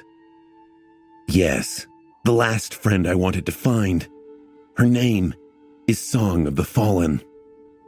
Noctis remained silent for a while, then looked away and mumbled in a barely audible whisper. By the moon? I guess I really need to improve my friend-making skills. Otherwise, I would not be able to call myself the friendliest man in all of the Kingdom of Hope anymore. Hearing that, Sunny smiled. He had a reason to. Their small cohort was finally back together. This nightmare wasn't over, but a significant part of it was. Now, with his friends at his side, his impossible task was actually starting to seem possible again.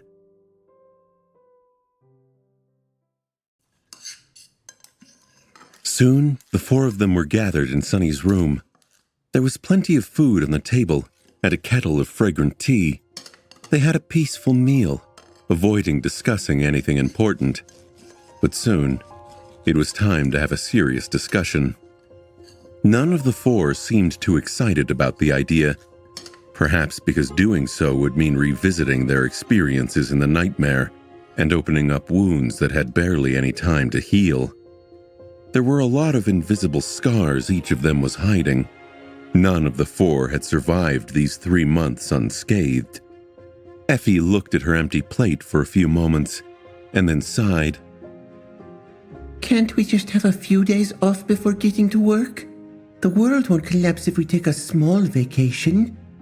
I think. Sunny glanced at his friends, the bruised girl, the man with a disfigured face, and a beautiful young woman whose empty eye sockets were covered by a black cloth, and slowly shook his head. If we do, Noctis might grow impatient. I promised to give him an answer after I found my friends. He has already been gracious enough to abstain from killing me, putting my soul into a doll or a mop. So, we better not linger. Cassia turned her head slightly and asked, her deep, pleasant voice still sounding strange and unfamiliar. An answer? To what question? Sunny grimaced, then looked away. Right. All of you must have already understood what the conflict of this nightmare is.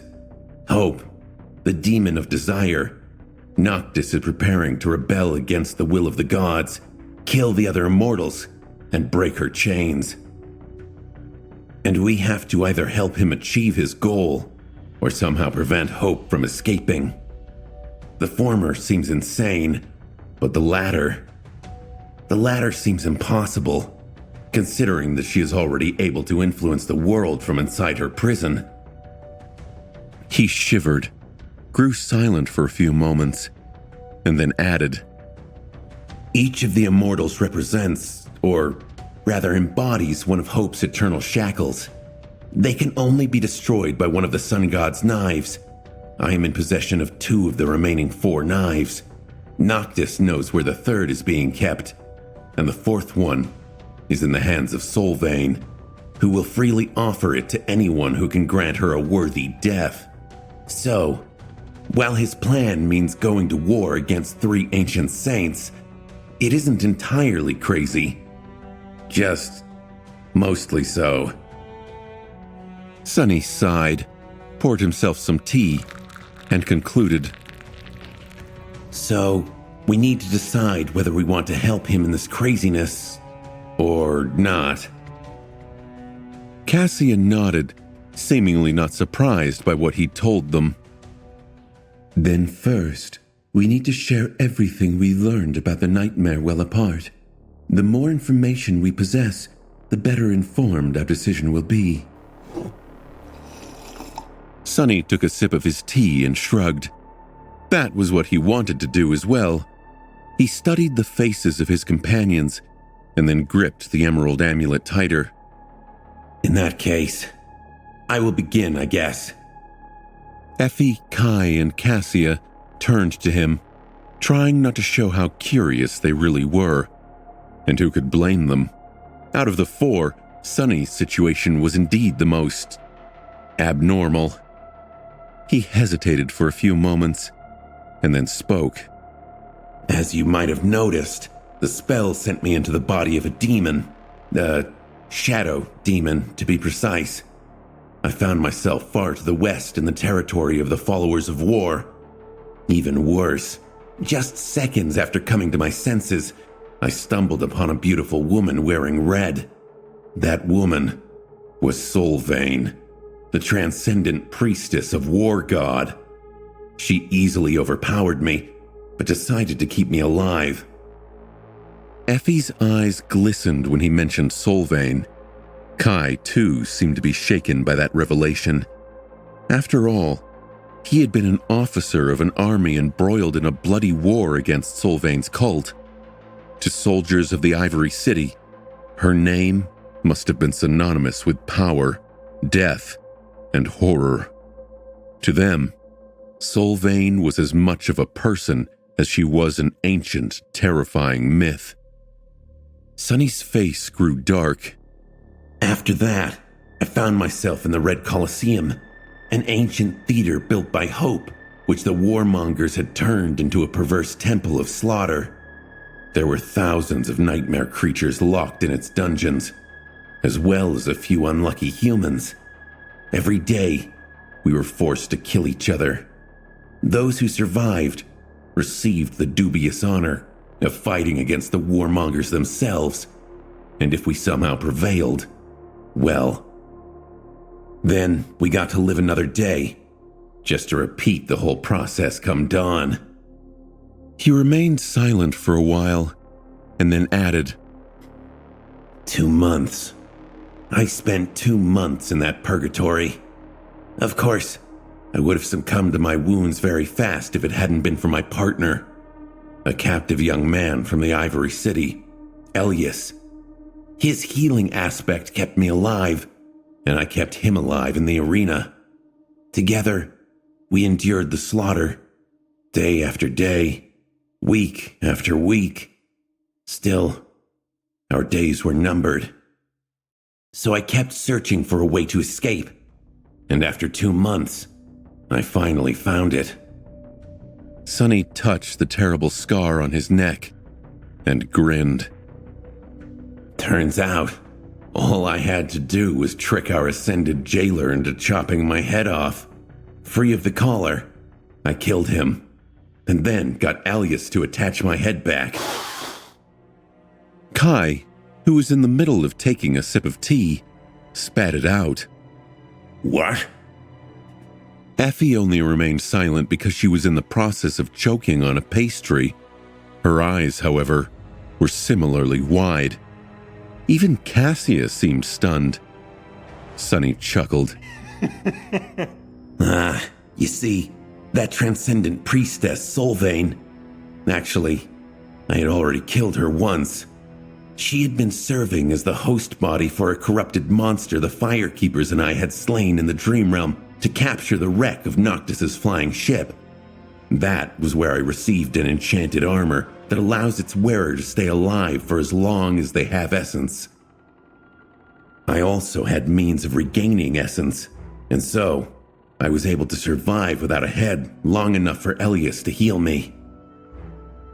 Effie finally managed to swallow her pastry and glanced at Kai with wild eyes. Kai, tell me he's lying. Please. The young man blinked a couple of times, then solemnly shook his head. The little girl swore, then mumbled in a small voice. Crazy bastard. He's crazy. Sonny shrugged nonchalantly. What? That wasn't even the craziest part. Anyway, Elias and I almost managed to escape the Red Colosseum, but at the last moment, we were intercepted by Solvane, that cursed fiend. The smile disappeared from his face, and his black eyes flashed with cold hatred for a moment. She killed Elias, tore my heart out, and threw my body into the sky below. Luckily for me, this demon body has 2 hearts, which was why I didn't die immediately. Solvane either didn't know about that, or didn't care, thinking that the abyss would finish me off. But I survived, and found my way back to the Isles, thanks to my memories. He sighed. I survived, but I wasn't in the best shape, either physically or mentally. My one remaining heart was not enough to keep this body going, so I was effectively dying, albeit slowly. I made my way south, planning to eventually reach our rendezvous point in the east. However, before I could, I stumbled upon Noctis on the southern island. Sonny smiled bitterly. That mad bastard was very happy to see me. He thought that fate brought us together. And who knows, maybe it did. We made a deal, he and I. Noctis would replace my missing heart, and I would learn the location of the glass knife from a terror that resided in the nearby fortress. That terror, you see, had belonged to one of the Chain Lords before. He belonged to the Lord of Shadow. So, was there a better candidate to meet him than a shadow demon? He didn't speak for a while, then let out a heavy sigh.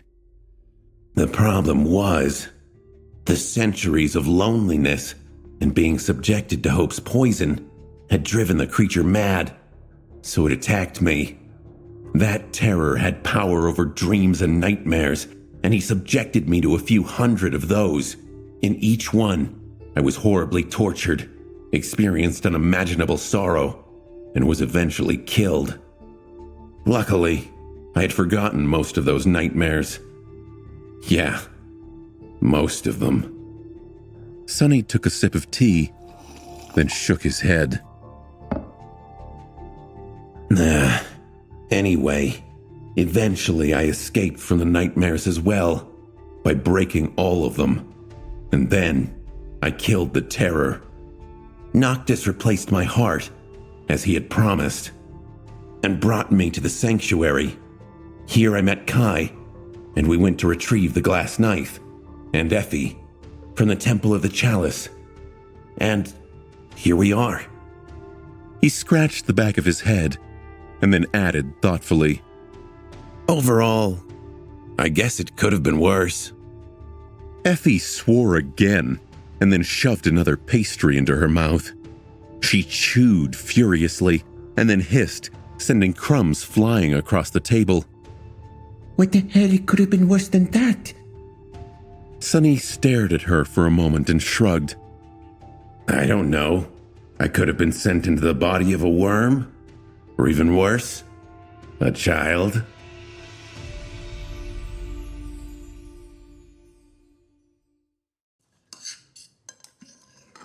Sonny, enjoying his time in the spotlight and the shock his story had clearly given his friends, continued to needle one of them.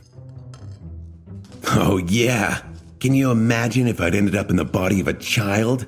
Wouldn't that have been just terrible? What if there was something I wanted on a really high shelf? Or if there'd been no one around to read me a bedtime story? Effie stared at him with no amusement whatsoever on the little girl's face she currently wore. Her rosy, childish cheeks only made her attempts to appear serious look more comical. Then she scowled and said evenly, Wanna die? Sonny shook his head with a grin, then went into more detail about the things he had learned, including various pieces of information he had gleaned in the nightmares, his experience with the warmongers, and his observations about Solvane and Noctis. When he was done, there was silence for a while. The others were digesting all the information he had shared with them, full of thought. Well, everyone except Effie. The somber silence was soon broken by the sound of loud chewing. The little girl swallowed a piece of meat pie, then blinked a couple of times, noticing that everyone was staring at her. Finally, she wiped the oil off her lips and said, What? I am a growing child, you know. I need to eat well to grow big. Then she wiped her oily fingers on the tablecloth and shrugged. Well, anyway, I guess I'll go next. The little girl glanced at Sonny, made a face, and turned away. There's not much to tell anyway. My 3 months in the Temple of the Chalice were not at all as exciting as Sonny's wild misadventures. Although... Her face suddenly grew dim and dark. They weren't very pleasant either. Effie sighed, lingered for a few moments, and spoke in a somber tone. Basically, I was sent into the body of one of the Red Sect's younger disciples, an orphan girl who had been entrusted to the maidens for better or worse, but mostly worse. As I already said, their teachings had grown cruel and perverse over the centuries. Now that I know about how hope is manipulating everyone's desires, I finally understand why. That Solvane, she was raised in the Red Sect too, a long time ago. The difference is, she managed to escape, but we didn't. The little girl trembled. I ran away once, early on, and managed to make it to the Ironland Island, but I was caught, and the punishment was, well, at the time, they already knew that nothing they did to me would make me obedient, so they punished the others in my stead. After that, well, I didn't try to escape again. At least, while the other girls were still alive. Effie grew silent for a bit, then shrugged. So, it was pretty boring. Just endless training, battle training, essence training, body conditioning, and all that stuff. How to endure pain, how to endure fear, how to steel your will, how to be a perfect, merciless, lethal vessel of war. Of course, they were very inventive in their lessons. What better way to teach someone to endure pain than to torture them to the brink of death? Or over it, if the pupil is weak? The little girl's face turned distant. In the end, everyone turned out to be weak. Except for me. She took a bite out of her piece of meat pie, chewed it slowly, and then said, One time, they put me in a coffin and buried me alive for a few days to teach me how to conquer the fear of darkness. Those wretches. Who said that I was afraid of darkness to begin with? So stupid. But mostly, it was just combat training. They trained us ruthlessly. There's a lot you can achieve with a few awakened healers and no regard for whether your disciples survive or not. If we broke a bone, the healers would put it back together and order us to continue. If we bled too much, well, you get the idea. Effie shook her head. The thing was, though, that I was getting it even worse than the rest. The girl whose body I took had the misfortune of awakening at a very young age, you see. So the maidens saw her as their promised chosen one, a prodigious warrior, fated to slay Sylvain and wash away the humiliation she had visited upon the sect, to avenge her sin and sacrilege. So they worked me harder than anyone else. The little girl looked away, then sighed. The weirdest part was that all the vile crap they did to us was done without any hint of hate, malevolence, or bad intentions.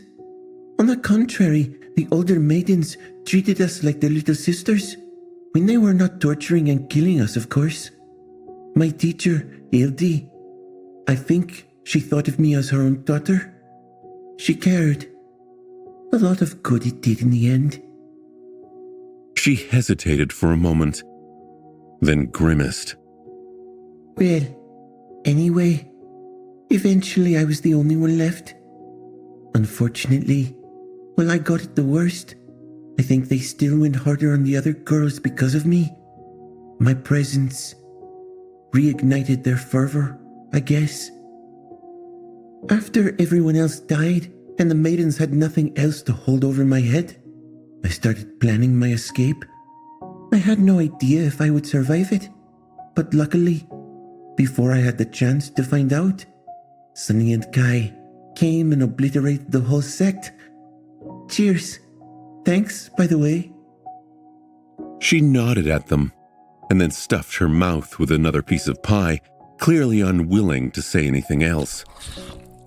Everyone remained silent until Cassia leaned over and put her hand on the little girl's shoulder. She gripped it softly and said, "You did well, Effie.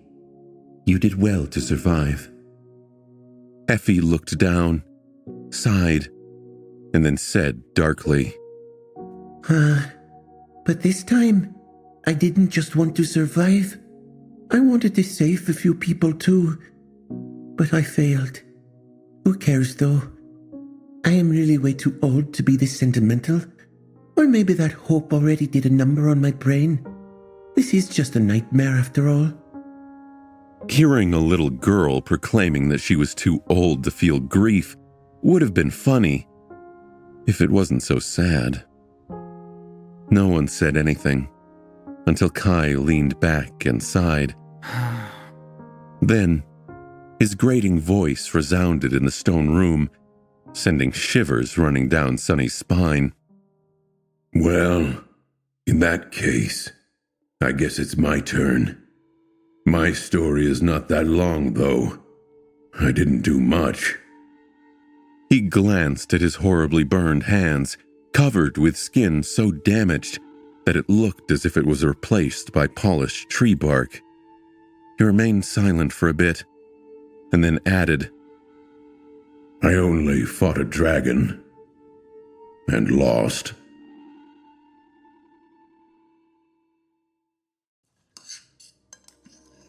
Kai remained silent for a while, and then let out a heavy sigh. He looked away, picked up his charred wooden mask, and stared at it for a few moments. Then, finally spoke. I was sent into the body of a centurion of the Sun Legion, the army of the Ivory City. The city. You must have seen it when we entered the nightmare, rising from the ashes as the time flowed in reverse. It is a wondrous place, beautiful, peaceful, and full of life, with people who are warm, kind, and care deeply for their neighbors. Dozens of flourishing islands all connected into a single whole by the aerial bridges and arcing aqueducts built of white stone. The young man paused, grimaced, and took a sip of honey tea to soothe his aching vocal cords. Then he glanced at the mask again, lingered for a moment, and continued. At least, that was what I thought at the start of it. Looking back, I was terribly naive. But it was so easy to be misled by how the Ivory City and its people appeared, especially by the stark contrast between the splendor of that enchanting facade and the bare-faced vileness of those who wished to destroy it. The merciless mad killers, the warmongers. Kai shook his head. The people of the Ivory City are just like those we know in the waking world. They have the same values, the same ideals, the same regard for decency and human life. Now that I say it aloud, I realize they might be doing much better than us in that regard. My point is that they seemed nice.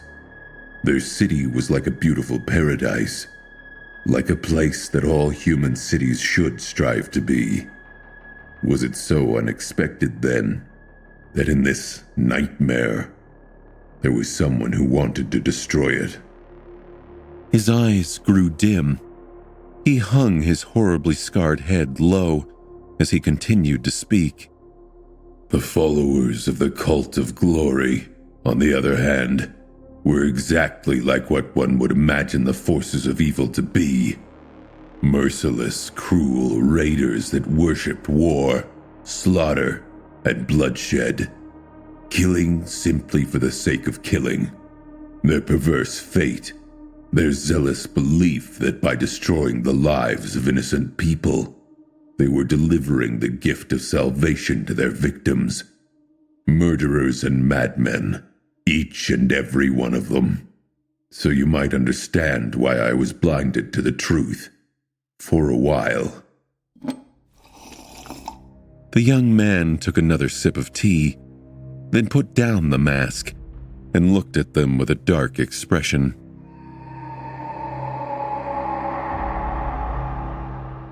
In my naivete, I came to believe myself to be a hero of a grim fairy tale.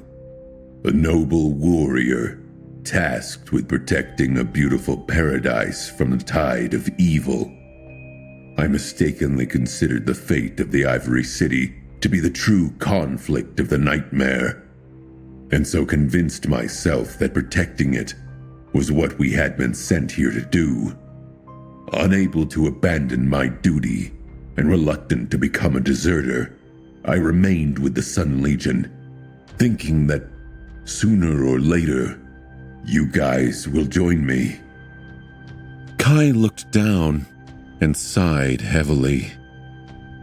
And so, very soon, I became known as a hero of the Legion. His disfigured face contorted for a moment, but then the young man restrained his emotions and smiled bleakly. I know that fact might sound surprising. Unlike the rest of you, I have never been a fearsome warrior. I have never been a dauntless leader of men as well. My only real act of bravery was facing the Spire messengers in the shadow of the Crimson Spire. And even then, I only survived because of Cassia. So, I was very surprised to find myself gaining fame and renown as a fearless battle commander. Kai looked at them, lingered for a moment, and then said with uncertainty, The war between the Ivory City and the Red Colosseum, you see, has been going on for centuries. Its bloody tides come and go, like those of the sea. Sometimes only small skirmishes and raids happen for decades, and sometimes there are terrible battles happening every day. Sometimes only mundane soldiers and awakened officers fight each other, and sometimes ascended champions appear to sow devastation on the battlefield. Sometimes even the transcendent lords descend. He paused for a few moments, took a sip of tea, then continued in a neutral tone. At the same time, I found myself in the center of a sudden shift from a prolonged period of relative calm to the start of a massive offensive by the warmongers. And very early on, I discovered an unexpected truth. He glanced at them, thought for a second, as though carefully choosing his words, and said, You see, I was always under the impression that warriors of this mythical era, when gods were still alive and magic permeated the world, were infinitely more knowledgeable, powerful, and proficient in battle than we, humans of the waking world, are. But as it turns out, that is not so. Maybe a long time ago, during what they call the Age of Heroes, they had been. But now, most of them are far less deadly than we have become. At least, those of us who had been forged and tempered by the Forgotten Shore. Sunny raised an eyebrow, surprised by that statement. Noticing his expression, Kai tilted his head a little. Nightmare creatures are nowhere near as numerous here as they are in the future. There is no spell, no nightmares, no trial of the dream realm, no gates. Unlike them, each of us has been forced into a life of bloodshed and conflict, thrown against unimaginable horrors with no chance to retreat or surrender. The spell might be a cruel teacher, but its vile lessons seem to be morbidly effective. Grow stronger, or die. There's no other way for us. So, most awakened from the real world have experienced more strife and battle encounters than an average awakened warrior of this time period. The four of them all went quiet as they considered this observation. They had all been so changed by their experience with the spell. In some ways, it had been for the better. But were any advances in power and strategy worth the horrors they'd experienced, the risks they'd faced, the friends they'd lost? Kai sighed, and then added somberly, That was why, even I, despite my humble aspect and lacking battle prowess, was able to stand out. I led my soldiers to victory, keeping them alive through the sudden attack by a large force of the warmongers. And then, I kept them alive through the rest of the campaign, wreaking havoc on the enemy anywhere my warriors and I appeared. Kai grew quiet for a long time, and then added, his ugly voice suddenly sounding especially hoarse and grating, And that was how I gained the attention of the radiant lord of my city, of Severax, the Ivory Dragon.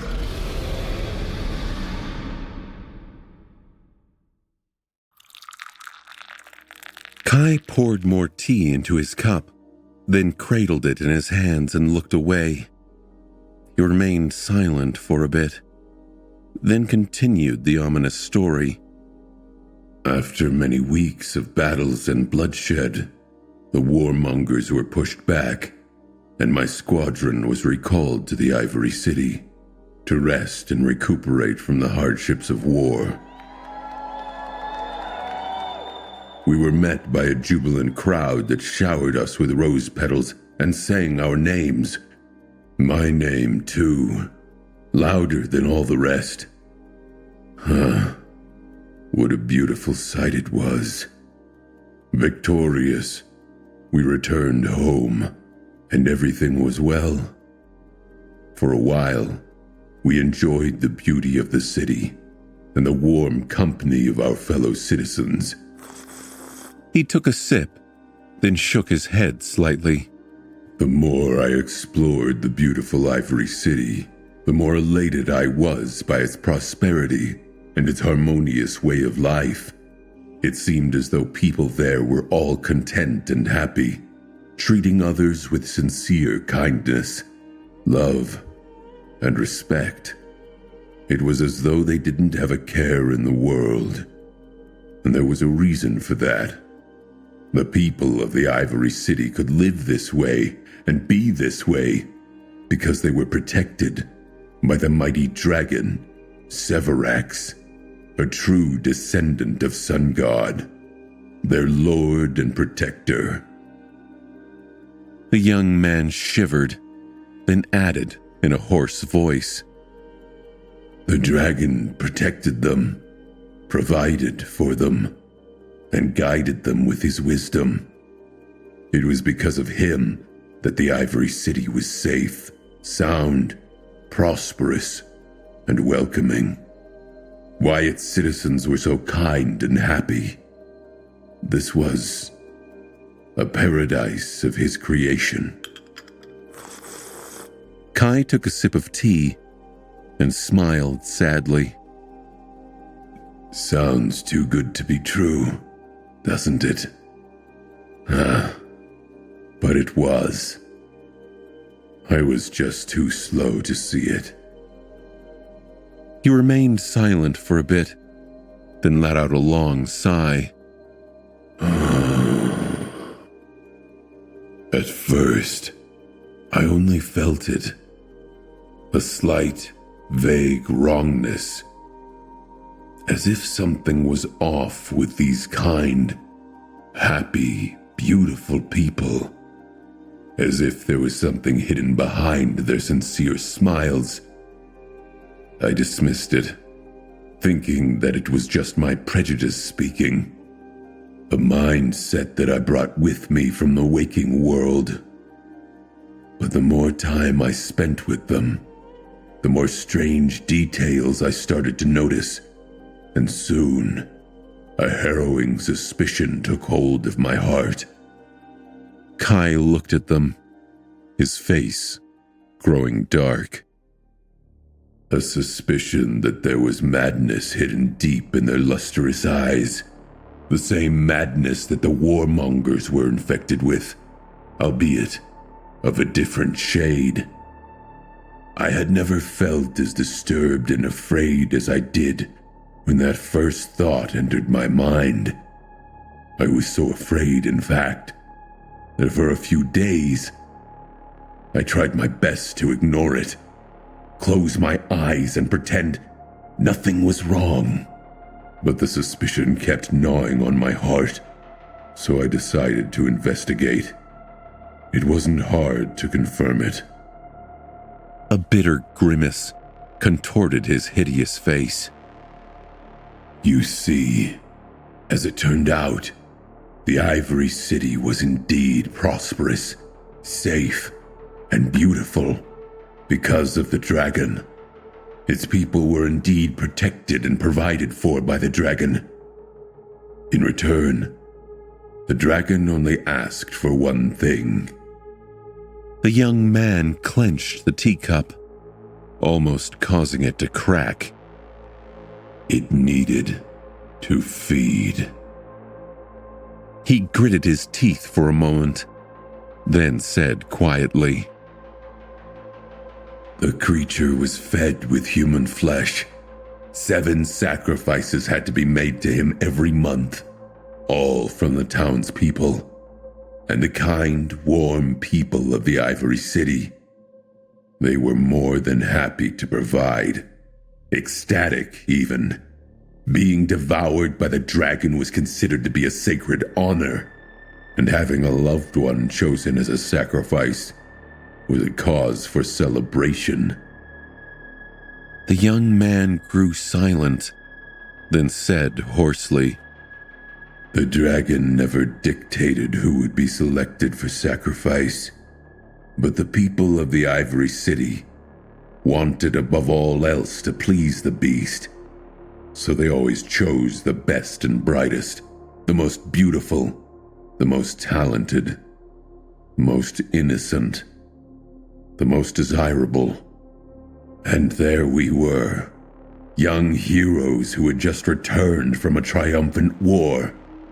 The month was up, and they chose 6 of my most brave and loyal soldiers, as well as myself. Kai smiled bitterly. What a reward. The sight of their happy faces was the most disgusting thing I have ever seen. Parents surrendering their children to death with zealous smiles. Husbands sending their wives into the dragon's maw with wild joy. Friends and neighbors singing and laughing as they led their fellow humans to be eaten by a hungry beast. Only little children did not share their glee. They cried when their mothers, fathers, brothers, and sisters were torn away from them. Not understanding what was happening, but the crying children were punished and taught a harsh lesson about how repugnant their behavior was. He grimaced, then put his cup down and looked away. The whole city was insane. Perhaps one could argue that a few dozen souls a year was a small price to pay for a paradise. But what is the worth of a paradise built on blood? Nothing. It's worthless. And even if it's not, at least the wretches could have made the sacrifice without the ghoulish joy, without the songs and the zeal and the kind, warm, sincere smiles on their beautiful faces. Kai took a deep breath, remained silent for a while, and then shrugged dismissively. Anyway, we were brought to an island that bordered the ivory tower itself and chained to a white cliff. The jubilant crowd disappeared, and soon after that, we heard the rustle of mighty wings. The dragon landed in front of the cliff, as majestic and fearsome as he was in the legends. A great beast with beautiful ivory scales and radiant golden eyes that were full of wisdom, nobility, and inhuman intelligence. Effie was listening with wide eyes, biting her fingers. Finally, she couldn't bear it anymore and asked in her soft, childish voice, How the hell did you survive? Why didn't the dragon's flames kill you? A sad smile appeared on Kai's disfigured face. How did I survive? Oh, that was simple, really. When Severax appeared, I broke my chains and shielded my comrades, ready to defend them until my last breath. Seeing this, the dragon, he spoke to me. His smile slowly disappeared, replaced by an expression of anger, shame, and regret. You must have already guessed that Ivory Dragon Severax is also Sevras, the Ivory Lord, one of Hope's eternal shackles, a transcendent whose transformation ability allows him to turn into a dragon. He is a human, or at least was a human once, a long time ago. And so, he spoke to me. The young man sighed. He was amused by my reaction. We spoke, and what he told me, it broke me a little, I think. You see, I had it all wrong. The dragon had never once asked the people of the Ivory City to sacrifice anyone or anything to him. They had invented the story themselves. They made up the number of victims, and they started bringing the sacrifices all of their own free will, because doing so made them feel as though they were binding themselves to the dragon, that they were becoming a part of the dragon. Kai shook his head. Severax, Severus. He had lost a part of himself a long time ago, I think. He told me that, in the beginning, he wanted to be a good lord for the people, someone whom they could see and whom they could strive to become.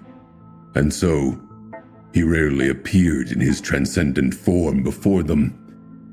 But as the centuries passed, he noticed that people were disturbed by his human face, and were only at peace when he came as a dragon, as if they needed him to be something else, something greater than them. And so, after a while, he abandoned his human form completely, and not long after that, the sacrifices began.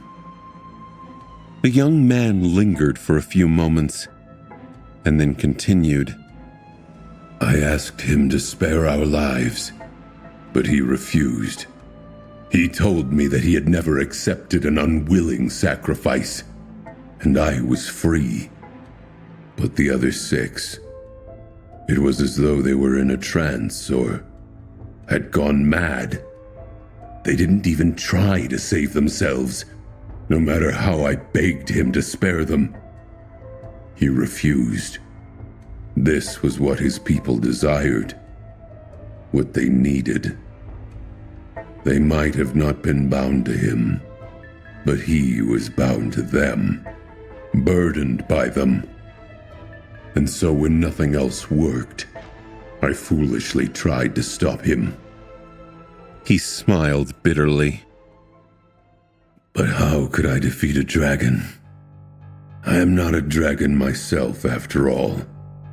He swatted me to the ground with one swipe of his tail, breaking my ribs and almost killing me. But I did not die.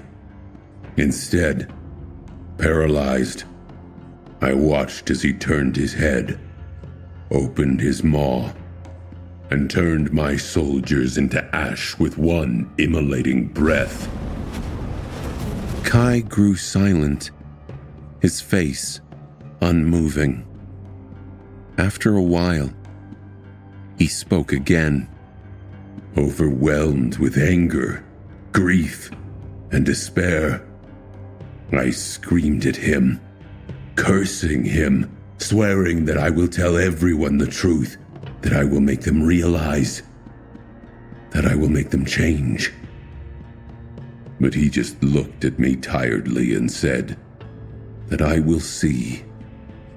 And then the ivory dragon was gone, leaving me alone on the empty island.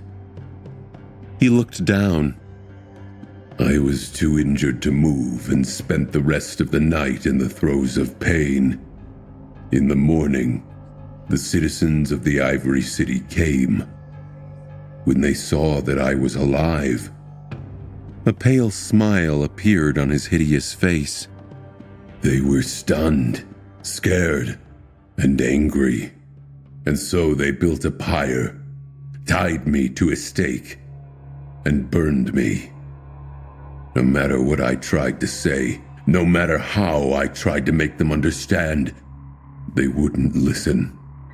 They only grew more scared and hateful. The dragon, he had been right. He had told me the truth. I saw. Kai picked up his tea, took a sip, and looked away. My bindings broke before I died, and so horribly burned, I shot into the sky like a spark. I flew away from the city, and somehow survived. Crippled and heartbroken, I slowly made my way east, finally reaching the Iron Hand Island, and then the sanctuary, where Sunny eventually found me. Lord Noctis had replaced my burned skin and damaged muscles with enchanted wood and tree bark. And here I am, as good as new. He sighed, looked at them, and smiled. Luckily, I had friends that helped me pick myself up. You guys, I'll do whatever it is you decide to do.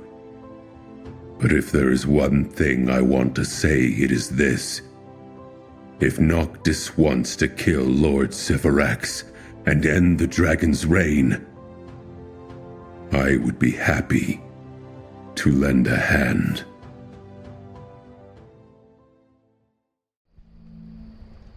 When Kai finished with his story, everyone remained silent for a while. Eventually, the young man sighed and stretched out his hands, which were covered in polished bark and looked more like those of one of the sailor dolls than those of a human. He moved his fingers and then smiled lightly. Noctis did a wonderful job of healing my wounds, just as he had said. Some of the pain remains, but I am as strong and capable as I had been before. No, even more so.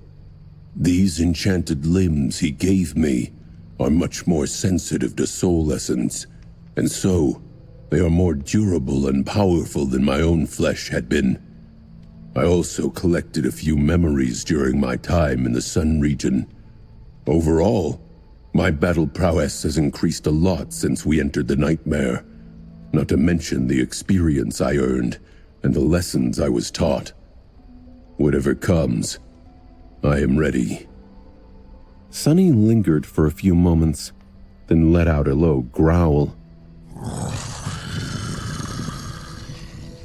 What about the other transcendent of the Ivory City? The Sun Prince. Have you met him? Kai frowned and made a vague gesture with his hand. Yes, I think. The Sun Prince is supposed to be a brother of Severax.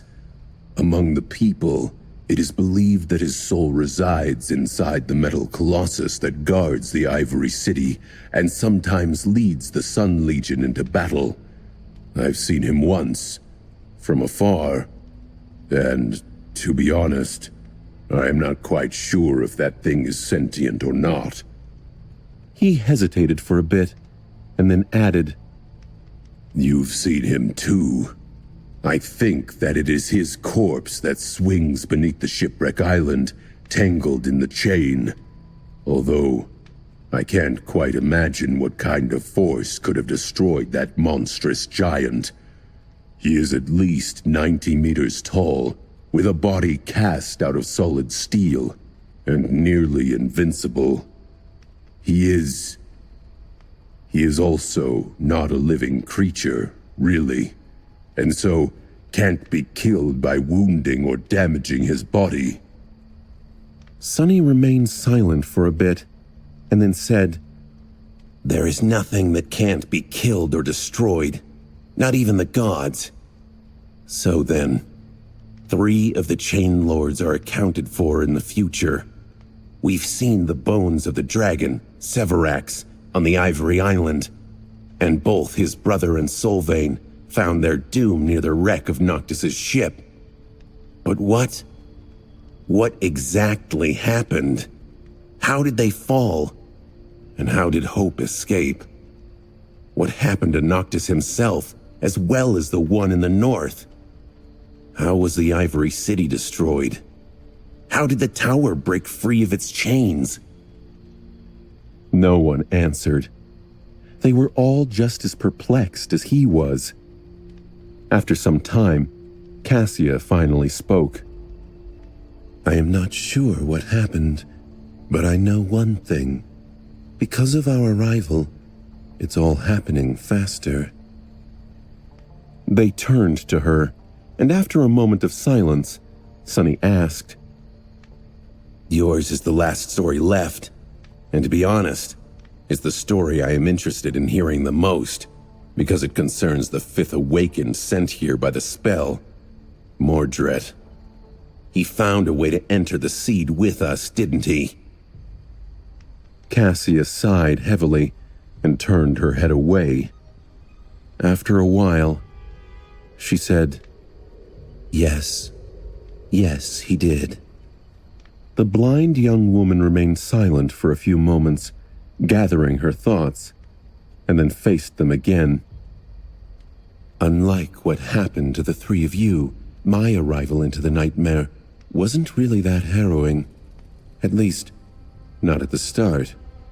I was sent into the body of a young priestess whose duty was to tend to the high priestess of the Night Temple, the one in the north. In this era, the Night Temple still belongs to the cult of the goddess of the black skies, of Storm God, the deity of darkness, stars, and guidance, and so no light is allowed on the temple's premises.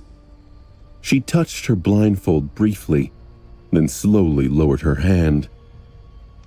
The acolytes spend long years living in the darkness and blind themselves before becoming priestesses. For that reason, they are known as the Eyeless. Many of the Eyeless are seers and possessed powers of prophecy and divination. For most, becoming a blind priestess inside a lightless temple would have been a terrible trial. But for me, it was strangely soothing to find myself among those similar to me, in a place where my blindness wasn't something to be pitied, but instead a choice, a sign of devotion. It's weird to say, but that was a period I genuinely enjoyed. I feel terrible saying that after hearing all your stories. Sunny arched an eyebrow. You mean you weren't tortured, burned to a crisp, or forced to fight to the death over and over again for months? Mind if we go back and trade? Effie elbowed him sharply. You did hear the part about ladies ripping out their own eyeballs, right? Kai silenced them both. Don't worry. I feel like our friend's story might be taking a turn soon. A pale smile appeared on Cassia's lips. You might be right. Still, this first period was comparatively relaxing. The feeling of being normal was something I cherished. However, it was my lady that I found the most comfort in, the one in the north, the Oracle of the Night. She was not unkind. She treated me well enough, and I have learned a lot from her knowledge and wisdom. However, just like the rest of the Chain Lords, she was being consumed by an insidious madness. Hers was the madness of apathy. Over the centuries, my lady grew indifferent to most things happening in the world, or even to herself. That was why she needed attendants, and I was one of them. The smile slowly disappeared from Cassia's face. That didn't mean that she was powerless or without responsibility, though. All of the northern reaches of the Kingdom of Hope were under her authority and protection. There were many villages and several towns full of mundane humans who relied on the Night Temple for safety and guidance. For that reason, the one in the north ruled not only over the blind priestesses, but also over a small but fearsome army comprised of both mundane warriors and awakened. She sighed slightly. Their numbers might not have been as large as those of the armies of the Ivory City and the Red Colosseum, but due to their powers and my lady's prophetic gift, the North was never attacked by either. The people rarely suffered from the nightmare creatures as well. Cassia grew silent, and a scowl slowly appeared on her beautiful face. But as the one in the north grew more and more indifferent, that slowly started to change. Still, when I found myself in the Night Temple, things were still more or less fine. Her scowl deepened, and her face grew dark and despondent. The blind young woman lingered, and then said in a grim voice, "Until they weren't."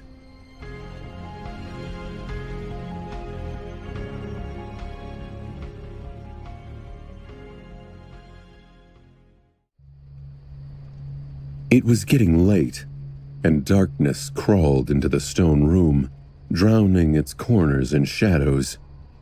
Cassia sat motionlessly, the graceful lines of her beautiful face contorted by a deep scowl. Then, A heavy sigh escaped from her lips. Finally, she continued her story. It started soon after I entered the nightmare, but no one paid much attention at first. There were just strange rumors that reached the temple, resembling scary stories that people like to tell each other when the sun is gone and darkness envelops the world. Rumors of a pleasant voice that came from the fog. She gritted her teeth for a moment. Perhaps if my lady's affliction was not as severe, we could have done something then. After all, in this world, scary stories often come true. And this one was more ominous than the rest because it had to do with the fog. The Night Temple stands at the boundary of the Hollow Mountains, after all, and of the mist that shrouds them. But she was distant and uncaring, and so we have grown aloof too. Cassia somberly shook her head, then continued, her low, deep voice enveloping the room and her three listeners. As time went by, the rumors started to change. They grew more menacing and dire, telling tales of people who listened to the fog and disappeared without a trace. At that point, the eyeless grew concerned, suspecting that a corrupted creature had found its way into their land. Many of them possessed a high affinity to revelation, after all, and they could feel it. Unease, threat, danger. So, a priestess was sent to investigate, escorted by a squad of experienced awakened soldiers. And, at the time, it was decided that a divination would be performed. She lingered for a moment, the story seeming to physically hurt her in its retelling. Her sightless eyes, so frequently able to glimpse the future, now seemed to be viewing these terrible memories anew, as if they were happening right in front of her, all over again. The divination showed no result, and the priestess, she failed to return with useful clues. In fact, she did not return at all. She and her escort disappeared without a trace, as though they had never existed. Just like the people from the rumors, only by then, no one thought of them as mere rumors anymore. The blind young woman shivered, then spoke in an even voice. Finally, we became alarmed. The army was summoned, and many hunting parties were sent out to find the creature. Mundane soldiers, awakened warriors, ascended champions, the eyeless. Everyone was determined to catch the abomination. But despite all our efforts, we failed. How could we catch the fog?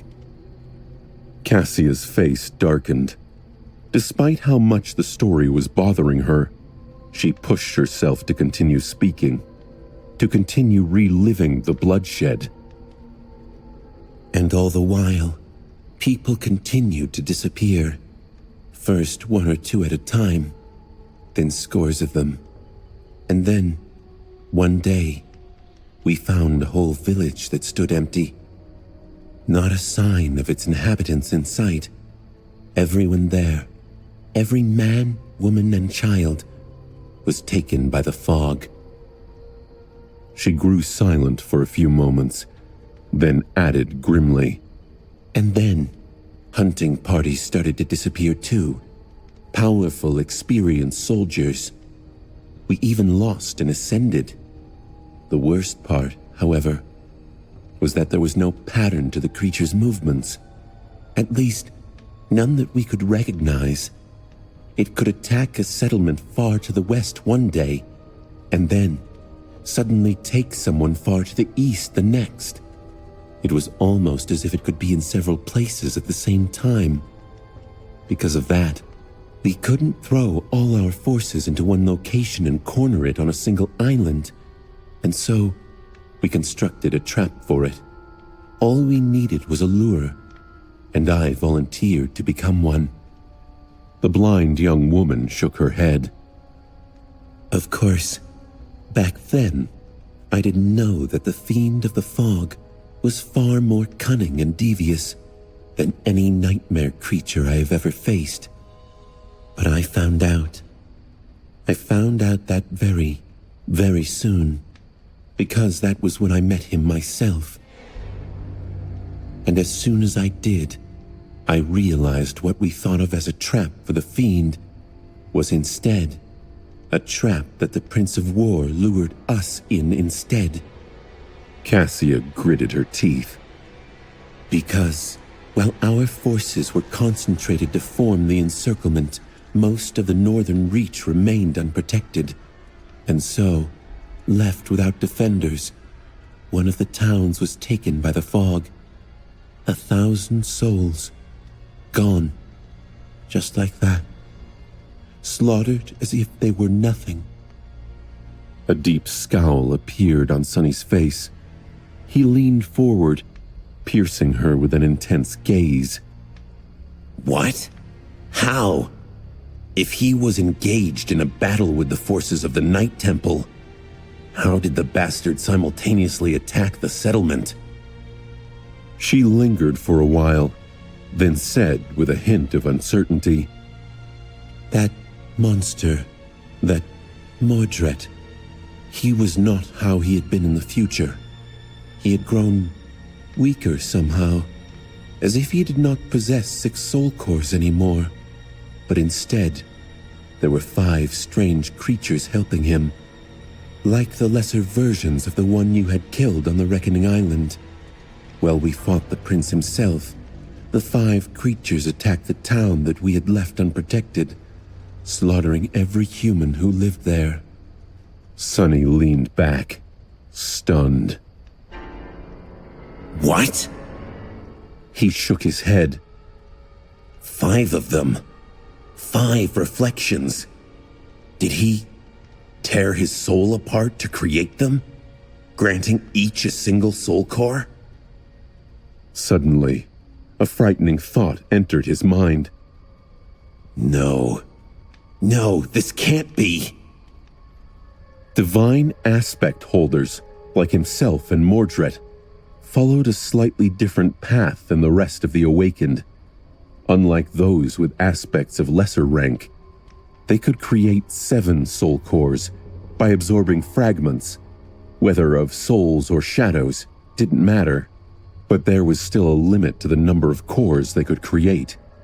And to grow more powerful after that, they had to challenge nightmares like everyone else. So, Mordred's slaughter did not make any sense. He had already been a terror in the future, after all.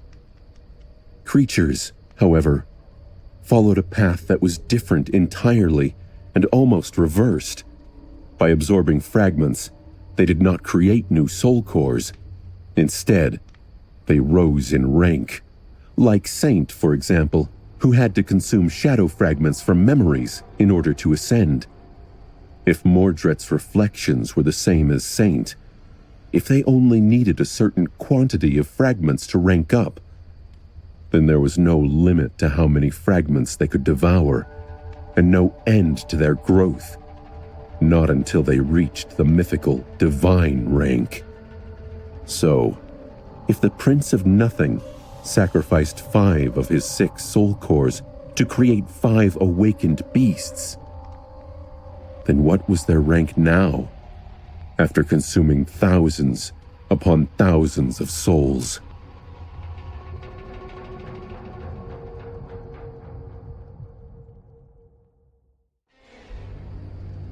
Effie and Kai seemed like they had some questions, but they chose to remain silent, at least for now. Of course, they knew who Mordred was, and had a general impression of his powers.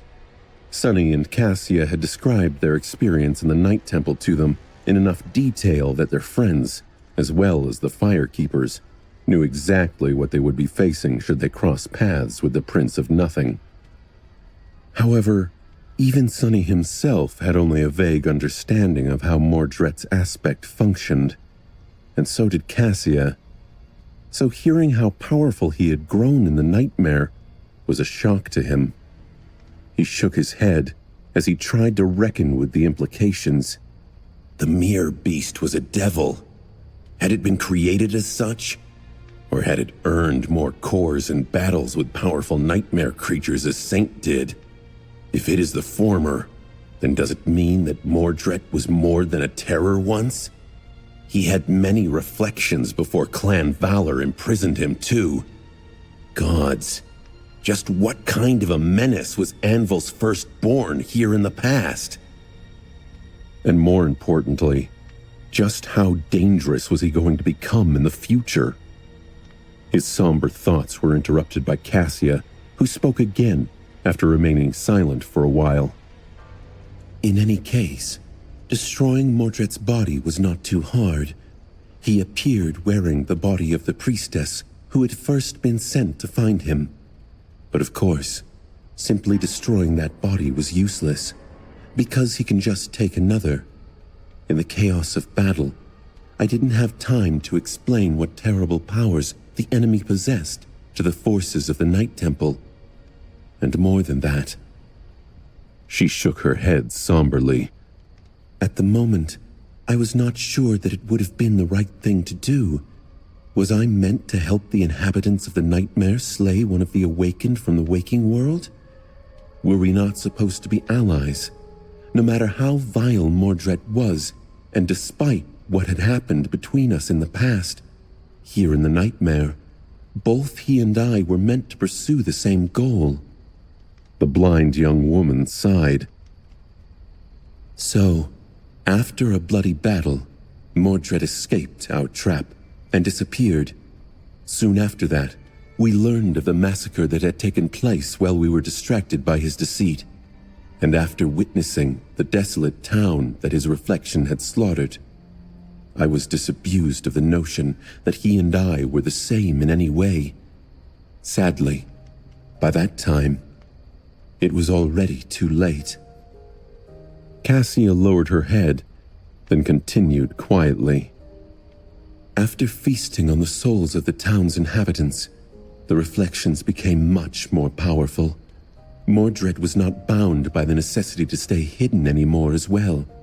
His attacks grew much more frequent and devastating, and the number of his victims started to grow with chilling speed. The more people he killed, the more dangerous he became. He was not invincible, of course. Among the awakened serving the Night Temple, there were a great number of people who possessed the means to contain him, especially the eyeless, who, like me, were immune to his possession. But Mordred knew that all too well, and so he went after those of us who could threaten him first. She paused for a moment, her face growing solemn. Eventually, the people outside, those who were still alive at least, grew so terrified that they left their homes and fled to the Night Temple, hoping that the High Priestess would protect them. The army and the priestesses grew desperate as well. We begged the one in the north to intervene. She was a transcendent and an oracle without any equal after all.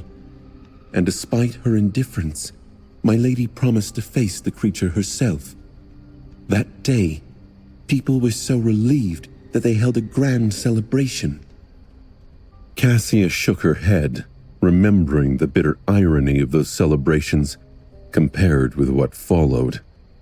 She remained silent for a while, and then continued, her voice growing sad and wistful. While everyone was celebrating, however, my lady summoned me in secret and asked me to deliver a message to her old friend, Lord Noctis in the East. Just the 3 words you heard. I am dead.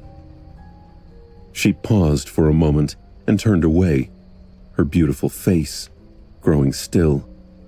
I was appalled, of course. What about her immortality? What about all these people whom she promised to protect?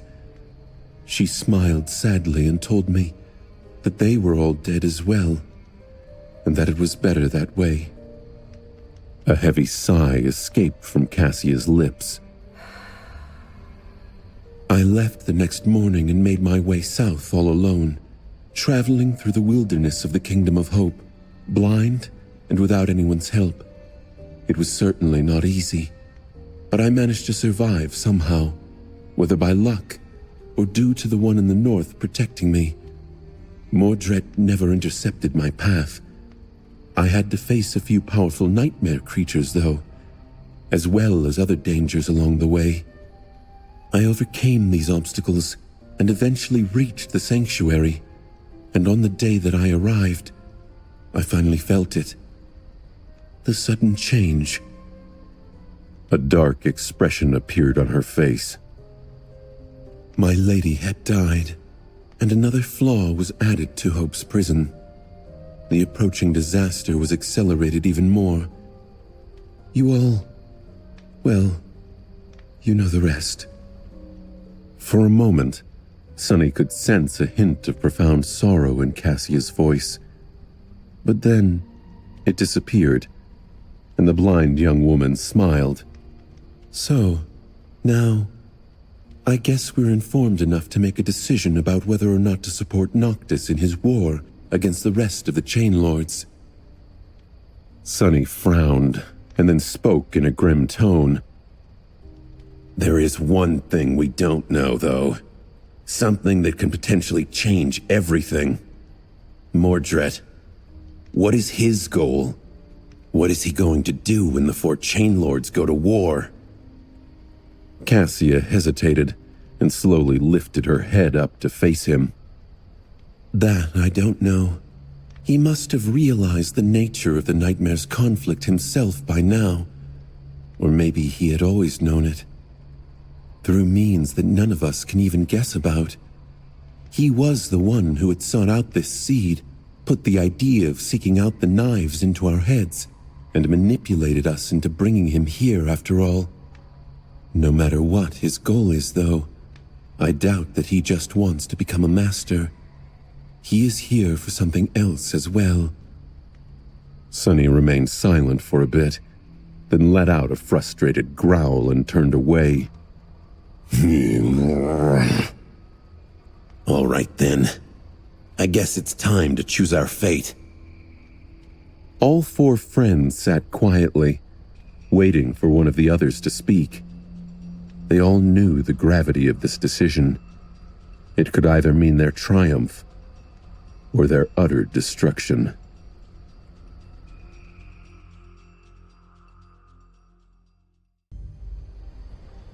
No one spoke for a while. The weight of the decision before them was too heavy. It was a solemn silence between the 4 allies. Finally, it was Effie who broke the undecided quiet. Puffing out the tiny chest of the body she currently resided in, she tried her best to look as courageous and resolute as one could while trapped inside the form of a child. I mean, it's not much of a choice, is it? Sure, going against 3 immortal saints doesn't exactly seem like a picnic, but we already know that they were eventually defeated in the end, right? We've seen it in the future, so it's not impossible to do, and we don't even know what the alternative is. How do we ensure that Hope doesn't escape her prison? Kill Noctis? That would only delay the inevitable, since this whole damn place is already on the verge of collapse due to her influence. That Hope, she is scary? She hesitated for a moment, then asked with a bit of confusion. To be honest, I am not even sure what she is. What kind of a demon is powerful enough to drive a whole region mad? Is she unholy? Sunny sighed, then massaged his temples. No. If anything, she's divine.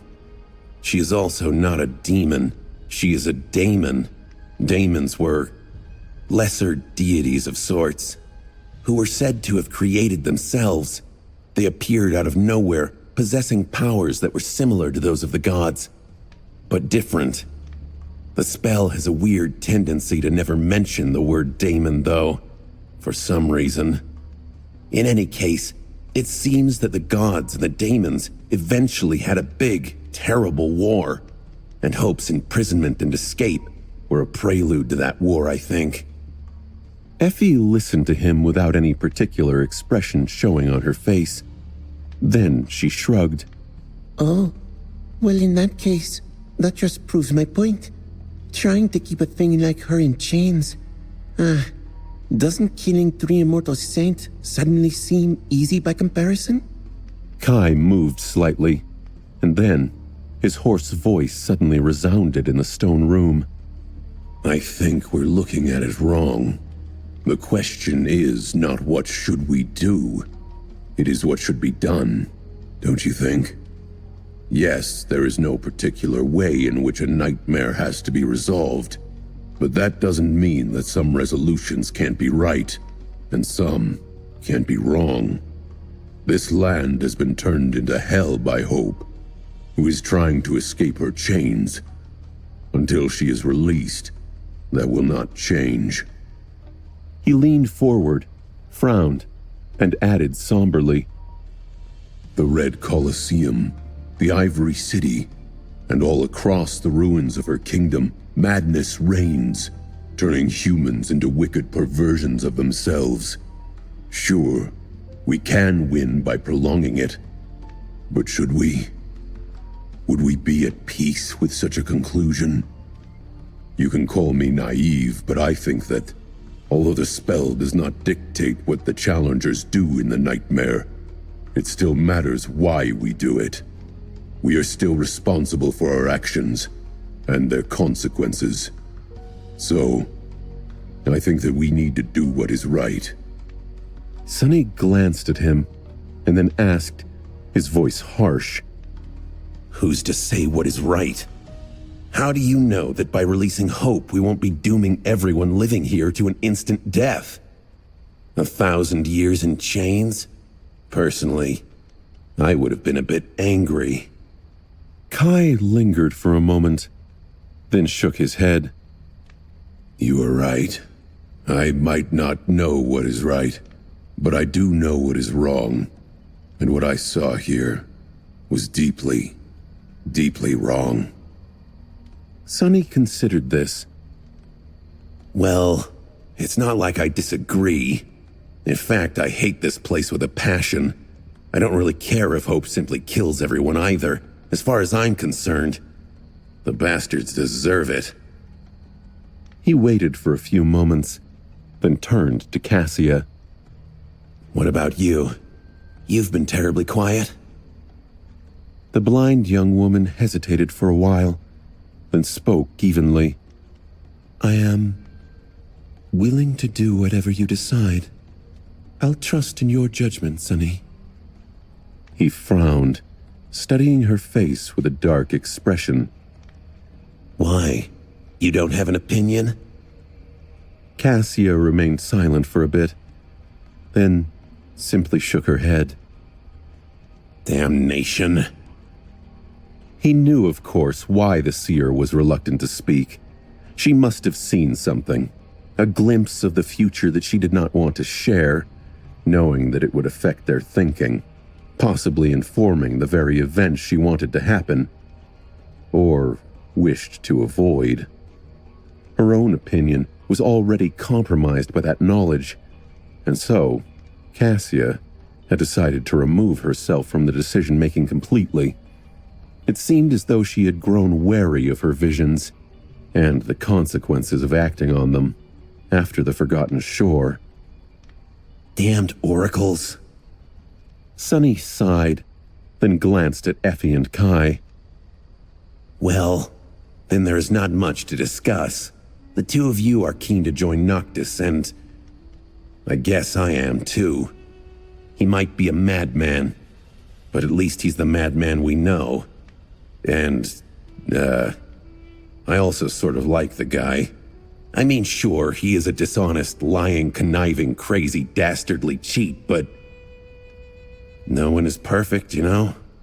Effie giggled. Well, it's almost as if he's reminding me of someone. Huh. Now, who might that be? Then she grinned at Sunny and asked, That's settled then? So, should we go and deliver the good news to that dastardly cheat? You know, about how he doesn't need to kill us and put our souls into home appliances? She seemed like she was ready to go, but Sunny stopped her with a hesitant gesture. This next part, he had thought about it a lot, not knowing if it was the right thing to do or a giant mistake. He was still not sure, but had a feeling that the decision he had made in the end was the correct one. At least, it felt that way. In any case, there was no going back.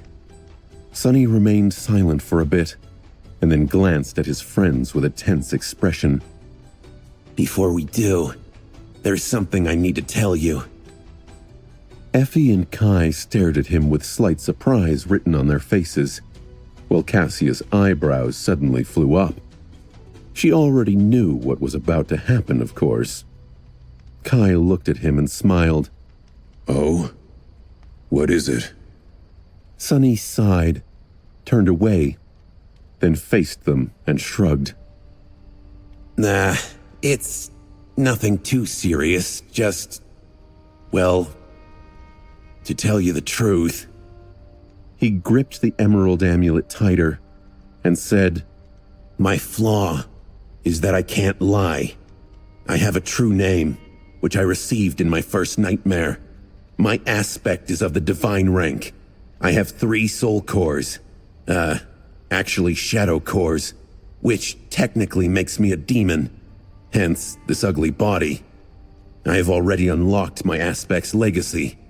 I inherited the lineage of one of the 7 daemons. Oh, and also, how do I say this? I might be Lord Mongrel. Sorry about that one, Kai. Sunny looked at Kai and Effie. Their jaws had nearly hit the floor.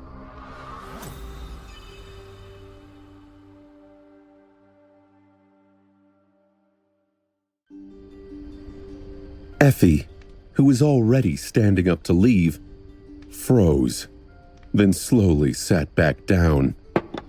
Kai dropped his wooden mask to the floor and stared at him with wide eyes. Even Cassia seemed a bit stunned, despite knowing most of the things he had just said already.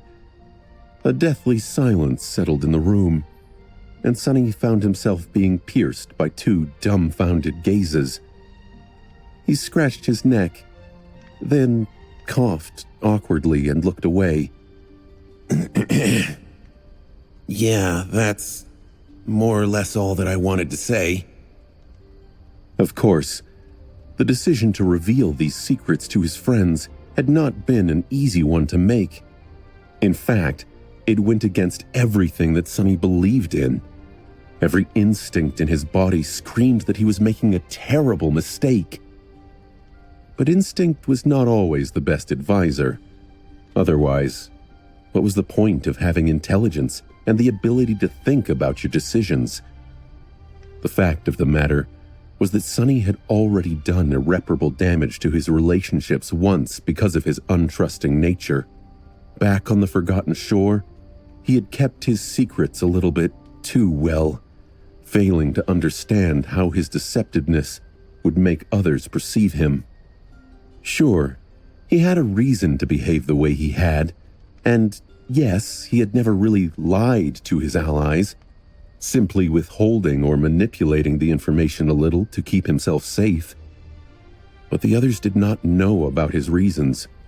All they knew was that their trust was never returned fully, and that he was full of secrets, discrepancies, and insidiously subtle ways to keep those secrets to himself. Sunny had never explained himself, and in the absence of an explanation, the misunderstanding was bound to inevitably take its place, perhaps to dire results. Who knew? If he had been more open with Nephis, she might not have considered him a liar, absorbing that false perception into her own forming self. Would things have ended differently then? Would she be sitting at this table with them at this very moment? Regardless, currently Sunny knew both the aspects and, more importantly, the flaws of every member of the cohort. But they couldn't say the same. They revealed their weaknesses to him, but he held on to his own, failing to reciprocate this trust. For now, everything seemed fine, but that one-sided nature of their friendship was bound to fester in the future, and the small crack it created would grow in size, eventually destroying it. Plus, at this point, even Mordred knew his secrets. It would have been silly if the Prince of Nothing did, but Effie and Kai did not. Silly, and also dangerous. So, Sunny decided to take a leap of faith and put his trust in his friends. It had been a long time coming anyway. But, damnation, why did being honest with people feel so disgusting? What a loathsome sensation. Ugh, curses, I'm all itchy. After a full minute of stunned silence, Effie finally spoke, her voice sounding uncharacteristically tame. Now, hold on. Wait a minute. She raised her small hand and showed one finger. Your flaw. We sort of already had a general idea after spending so much time with you. It is still... Wait. You can't lie at all? What? Sunny shrugged. I can't say a lie aloud, and I am compelled to answer any question asked of me truthfully, or at least to the best of my ability. He expected some sort of spicy questions to follow immediately, some kind of magically influenced game of truth or dare. But to his surprise, Effie remained silent, showing just how bewildered she was. Even her usual mischievousness disappeared. Instead, the little girl simply raised a second finger. All right. The true name. We sort of figured that out too. You seemed reluctant to share it for some reason, so Kai and I did not press. Sunny let out a heavy sigh, hesitated for a moment, then forced himself to speak. That has to do with an innate ability of my aspect. If certain conditions are met, it can make me vulnerable to those who know my true name. That is why I kept it a secret, and also put a lot of effort into appearing as weak and pathetic as possible, so that no one would even suspect that a weakling like me could possess a true name. His face grew a bit dim. Being considered a weakling is generally great because it makes enemies underestimate you. I'm more than fine with people thinking little of me. But, after I started pretending, things got out of hand really fast. Effie blinked a couple of times, remained silent for a moment, then raised a third finger. Well, I guess that explains a few things. Now, about Lord Mongrel. We knew, of course. I mean, it was sort of obvious. At that point, both Kai and Cassia turned to her and spoke simultaneously. Kai seemed even more surprised than before. What? I didn't know. Cassia, meanwhile, seemed a bit confused. She asked hesitantly, I am sorry, but who is Lord Mongrel? Effie stared at them with a funny expression. What do you mean you did not know? You were the one who helped him buy that armor. Kai opened his mouth, then closed it, then opened it again. Wait, what armor? I helped. The stone armor from the memory market? That dusty, ugly thing? No, it's not the same. The material is completely different. The fit, the design. Mongrel's armor is very chic. Not at all like that cumbersome stone clunker. Sunny covered his face, then said somberly, The stone changes to a stone-like metal due to an enchantment. It was just broken and required an awakened to activate the restoration process. As for the fit, you do remember that memories adjust themselves to accommodate the owner's body, right? Hell, now that I have a tail, even it is armored when I summon the mantle. The young man stared at him with a lost expression, then leaned back in his chair. Oh, I see then. But, I mean, no, never mind. Sonny massaged his temples. I never meant for Mongrel to get famous. I just wanted to practice swordsmanship in the dreamscape, and all good aliases were already taken. Who knew that a damned broadcaster would spread that clip of me fighting everywhere on the network? Oh, gods. Things only got worse after that. Effie looked at him, then at her 3 fingers, then made a little fist. But the rest? A divine aspect? What? Do those even exist? 3 soul cores? A demon's lineage? What even is that? And what is next? Are you going to tell us that you have a divine memory or something? The little girl let out a nervous giggle and mockingly shook her head. Sonny stared at her for a bit, then cautiously cleared his throat. Well, actually, I have 2.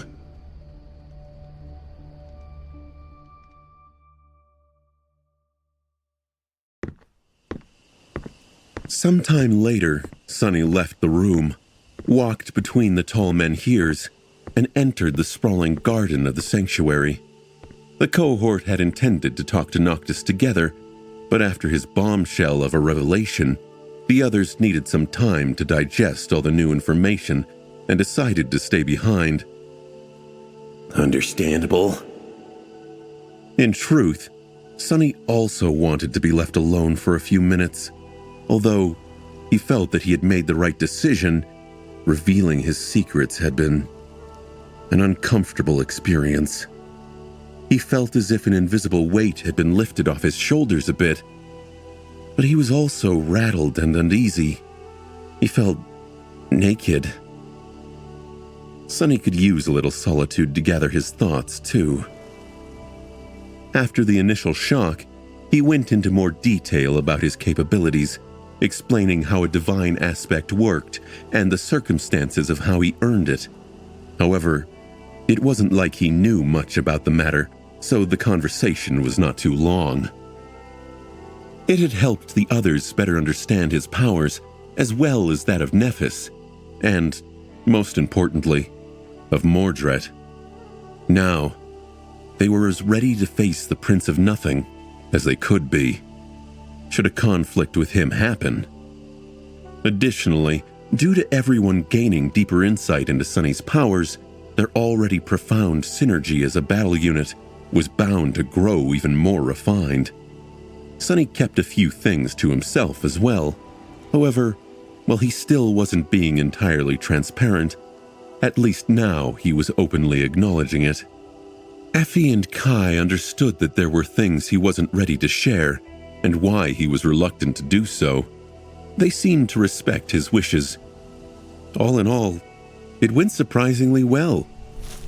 Walking through the beautiful garden, which was illuminated by the pale light of the full moon, Sonny enjoyed the tranquil air of the sanctuary. At some point, however, a slightly disconcerting thought entered his mind.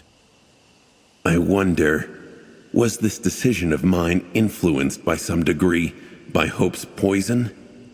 If so, what deep desire of mine had she amplified to push me toward being honest with my friends for a change? Suddenly thoughtful, Sonny approached the door of the sorcerer's lair, waited patiently for the sailor dolls to open it, and walked inside. Maybe I was always... His eyes suddenly narrowed, and his hand shot to the side, ready to grasp the shaft of the cruel sight. Something was very wrong inside the dark hall. A thick, nauseating smell of blood invaded his nostrils, sending adrenaline coursing through his own. It surrounded him like a suffocating wave, as though a terrible massacre had just taken place in the immortal sorcerer's quarters. But Sonny did not see any corpses. The central chamber was just as he had left it the last time, empty of all furniture, with a vast circle of runes drawn on the stone floor. No, not entirely the same. The floor had cracked in several places, as though something was pushing at it from beneath, exerting devastating pressure on the ancient stones. Noctis was still in the center of the circle. One of his sleeves was rolled up, and there was a deep cut on his left wrist, a stream of blood running down his hand and falling down like a crimson ribbon. In his other hand, he held the diamond sickle. The sorcerer was surrounded by a shallow pool of blood.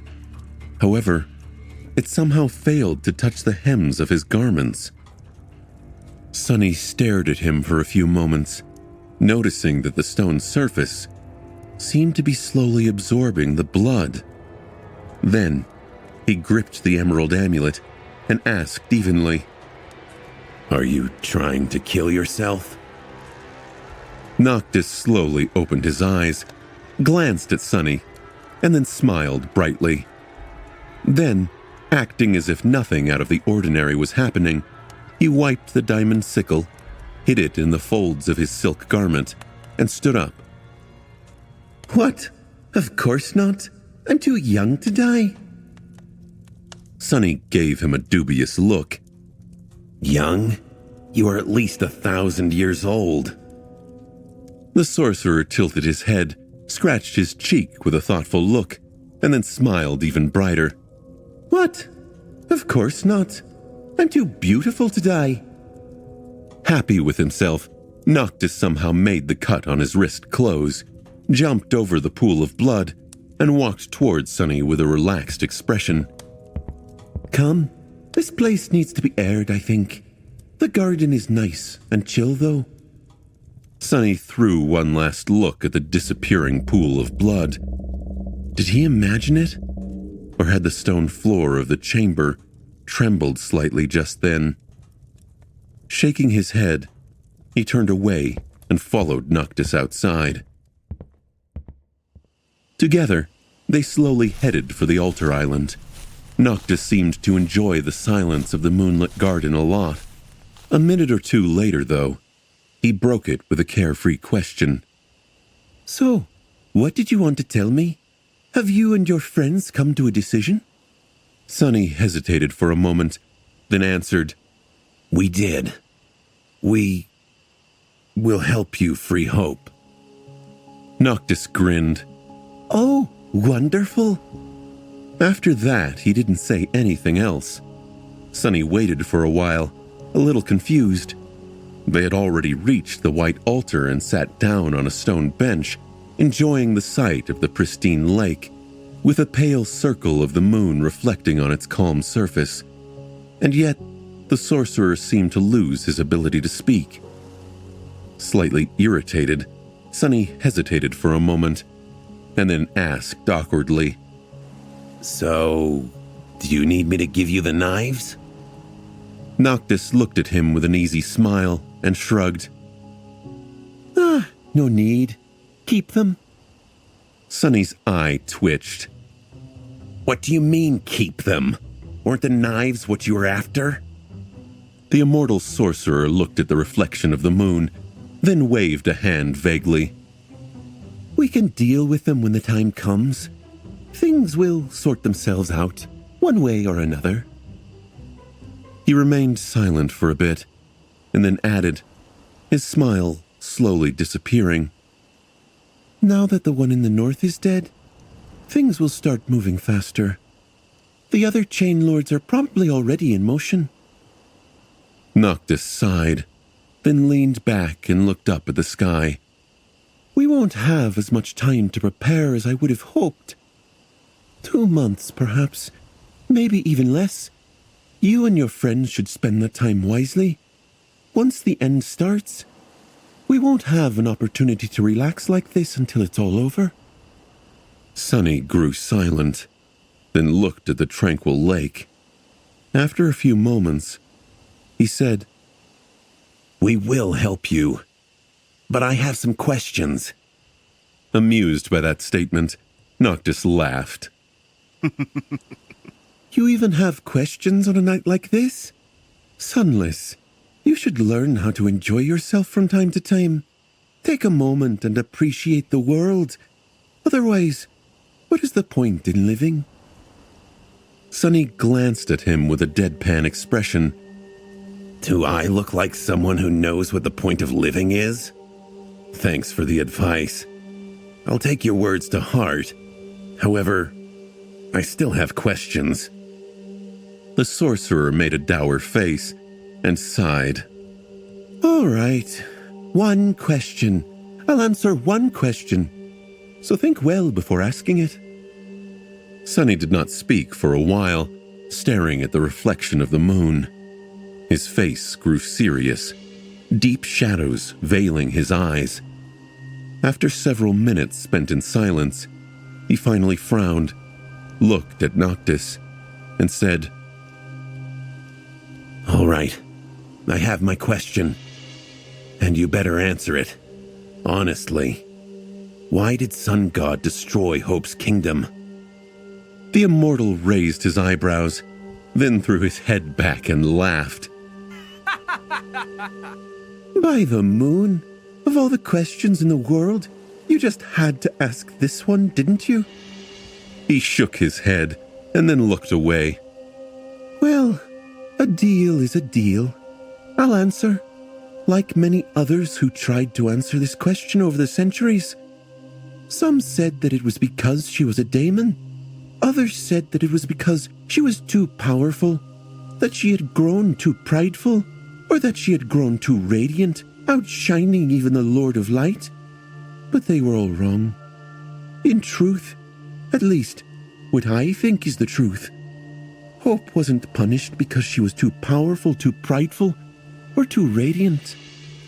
He remained silent for a few moments, and then sighed. It was because she was worshipped.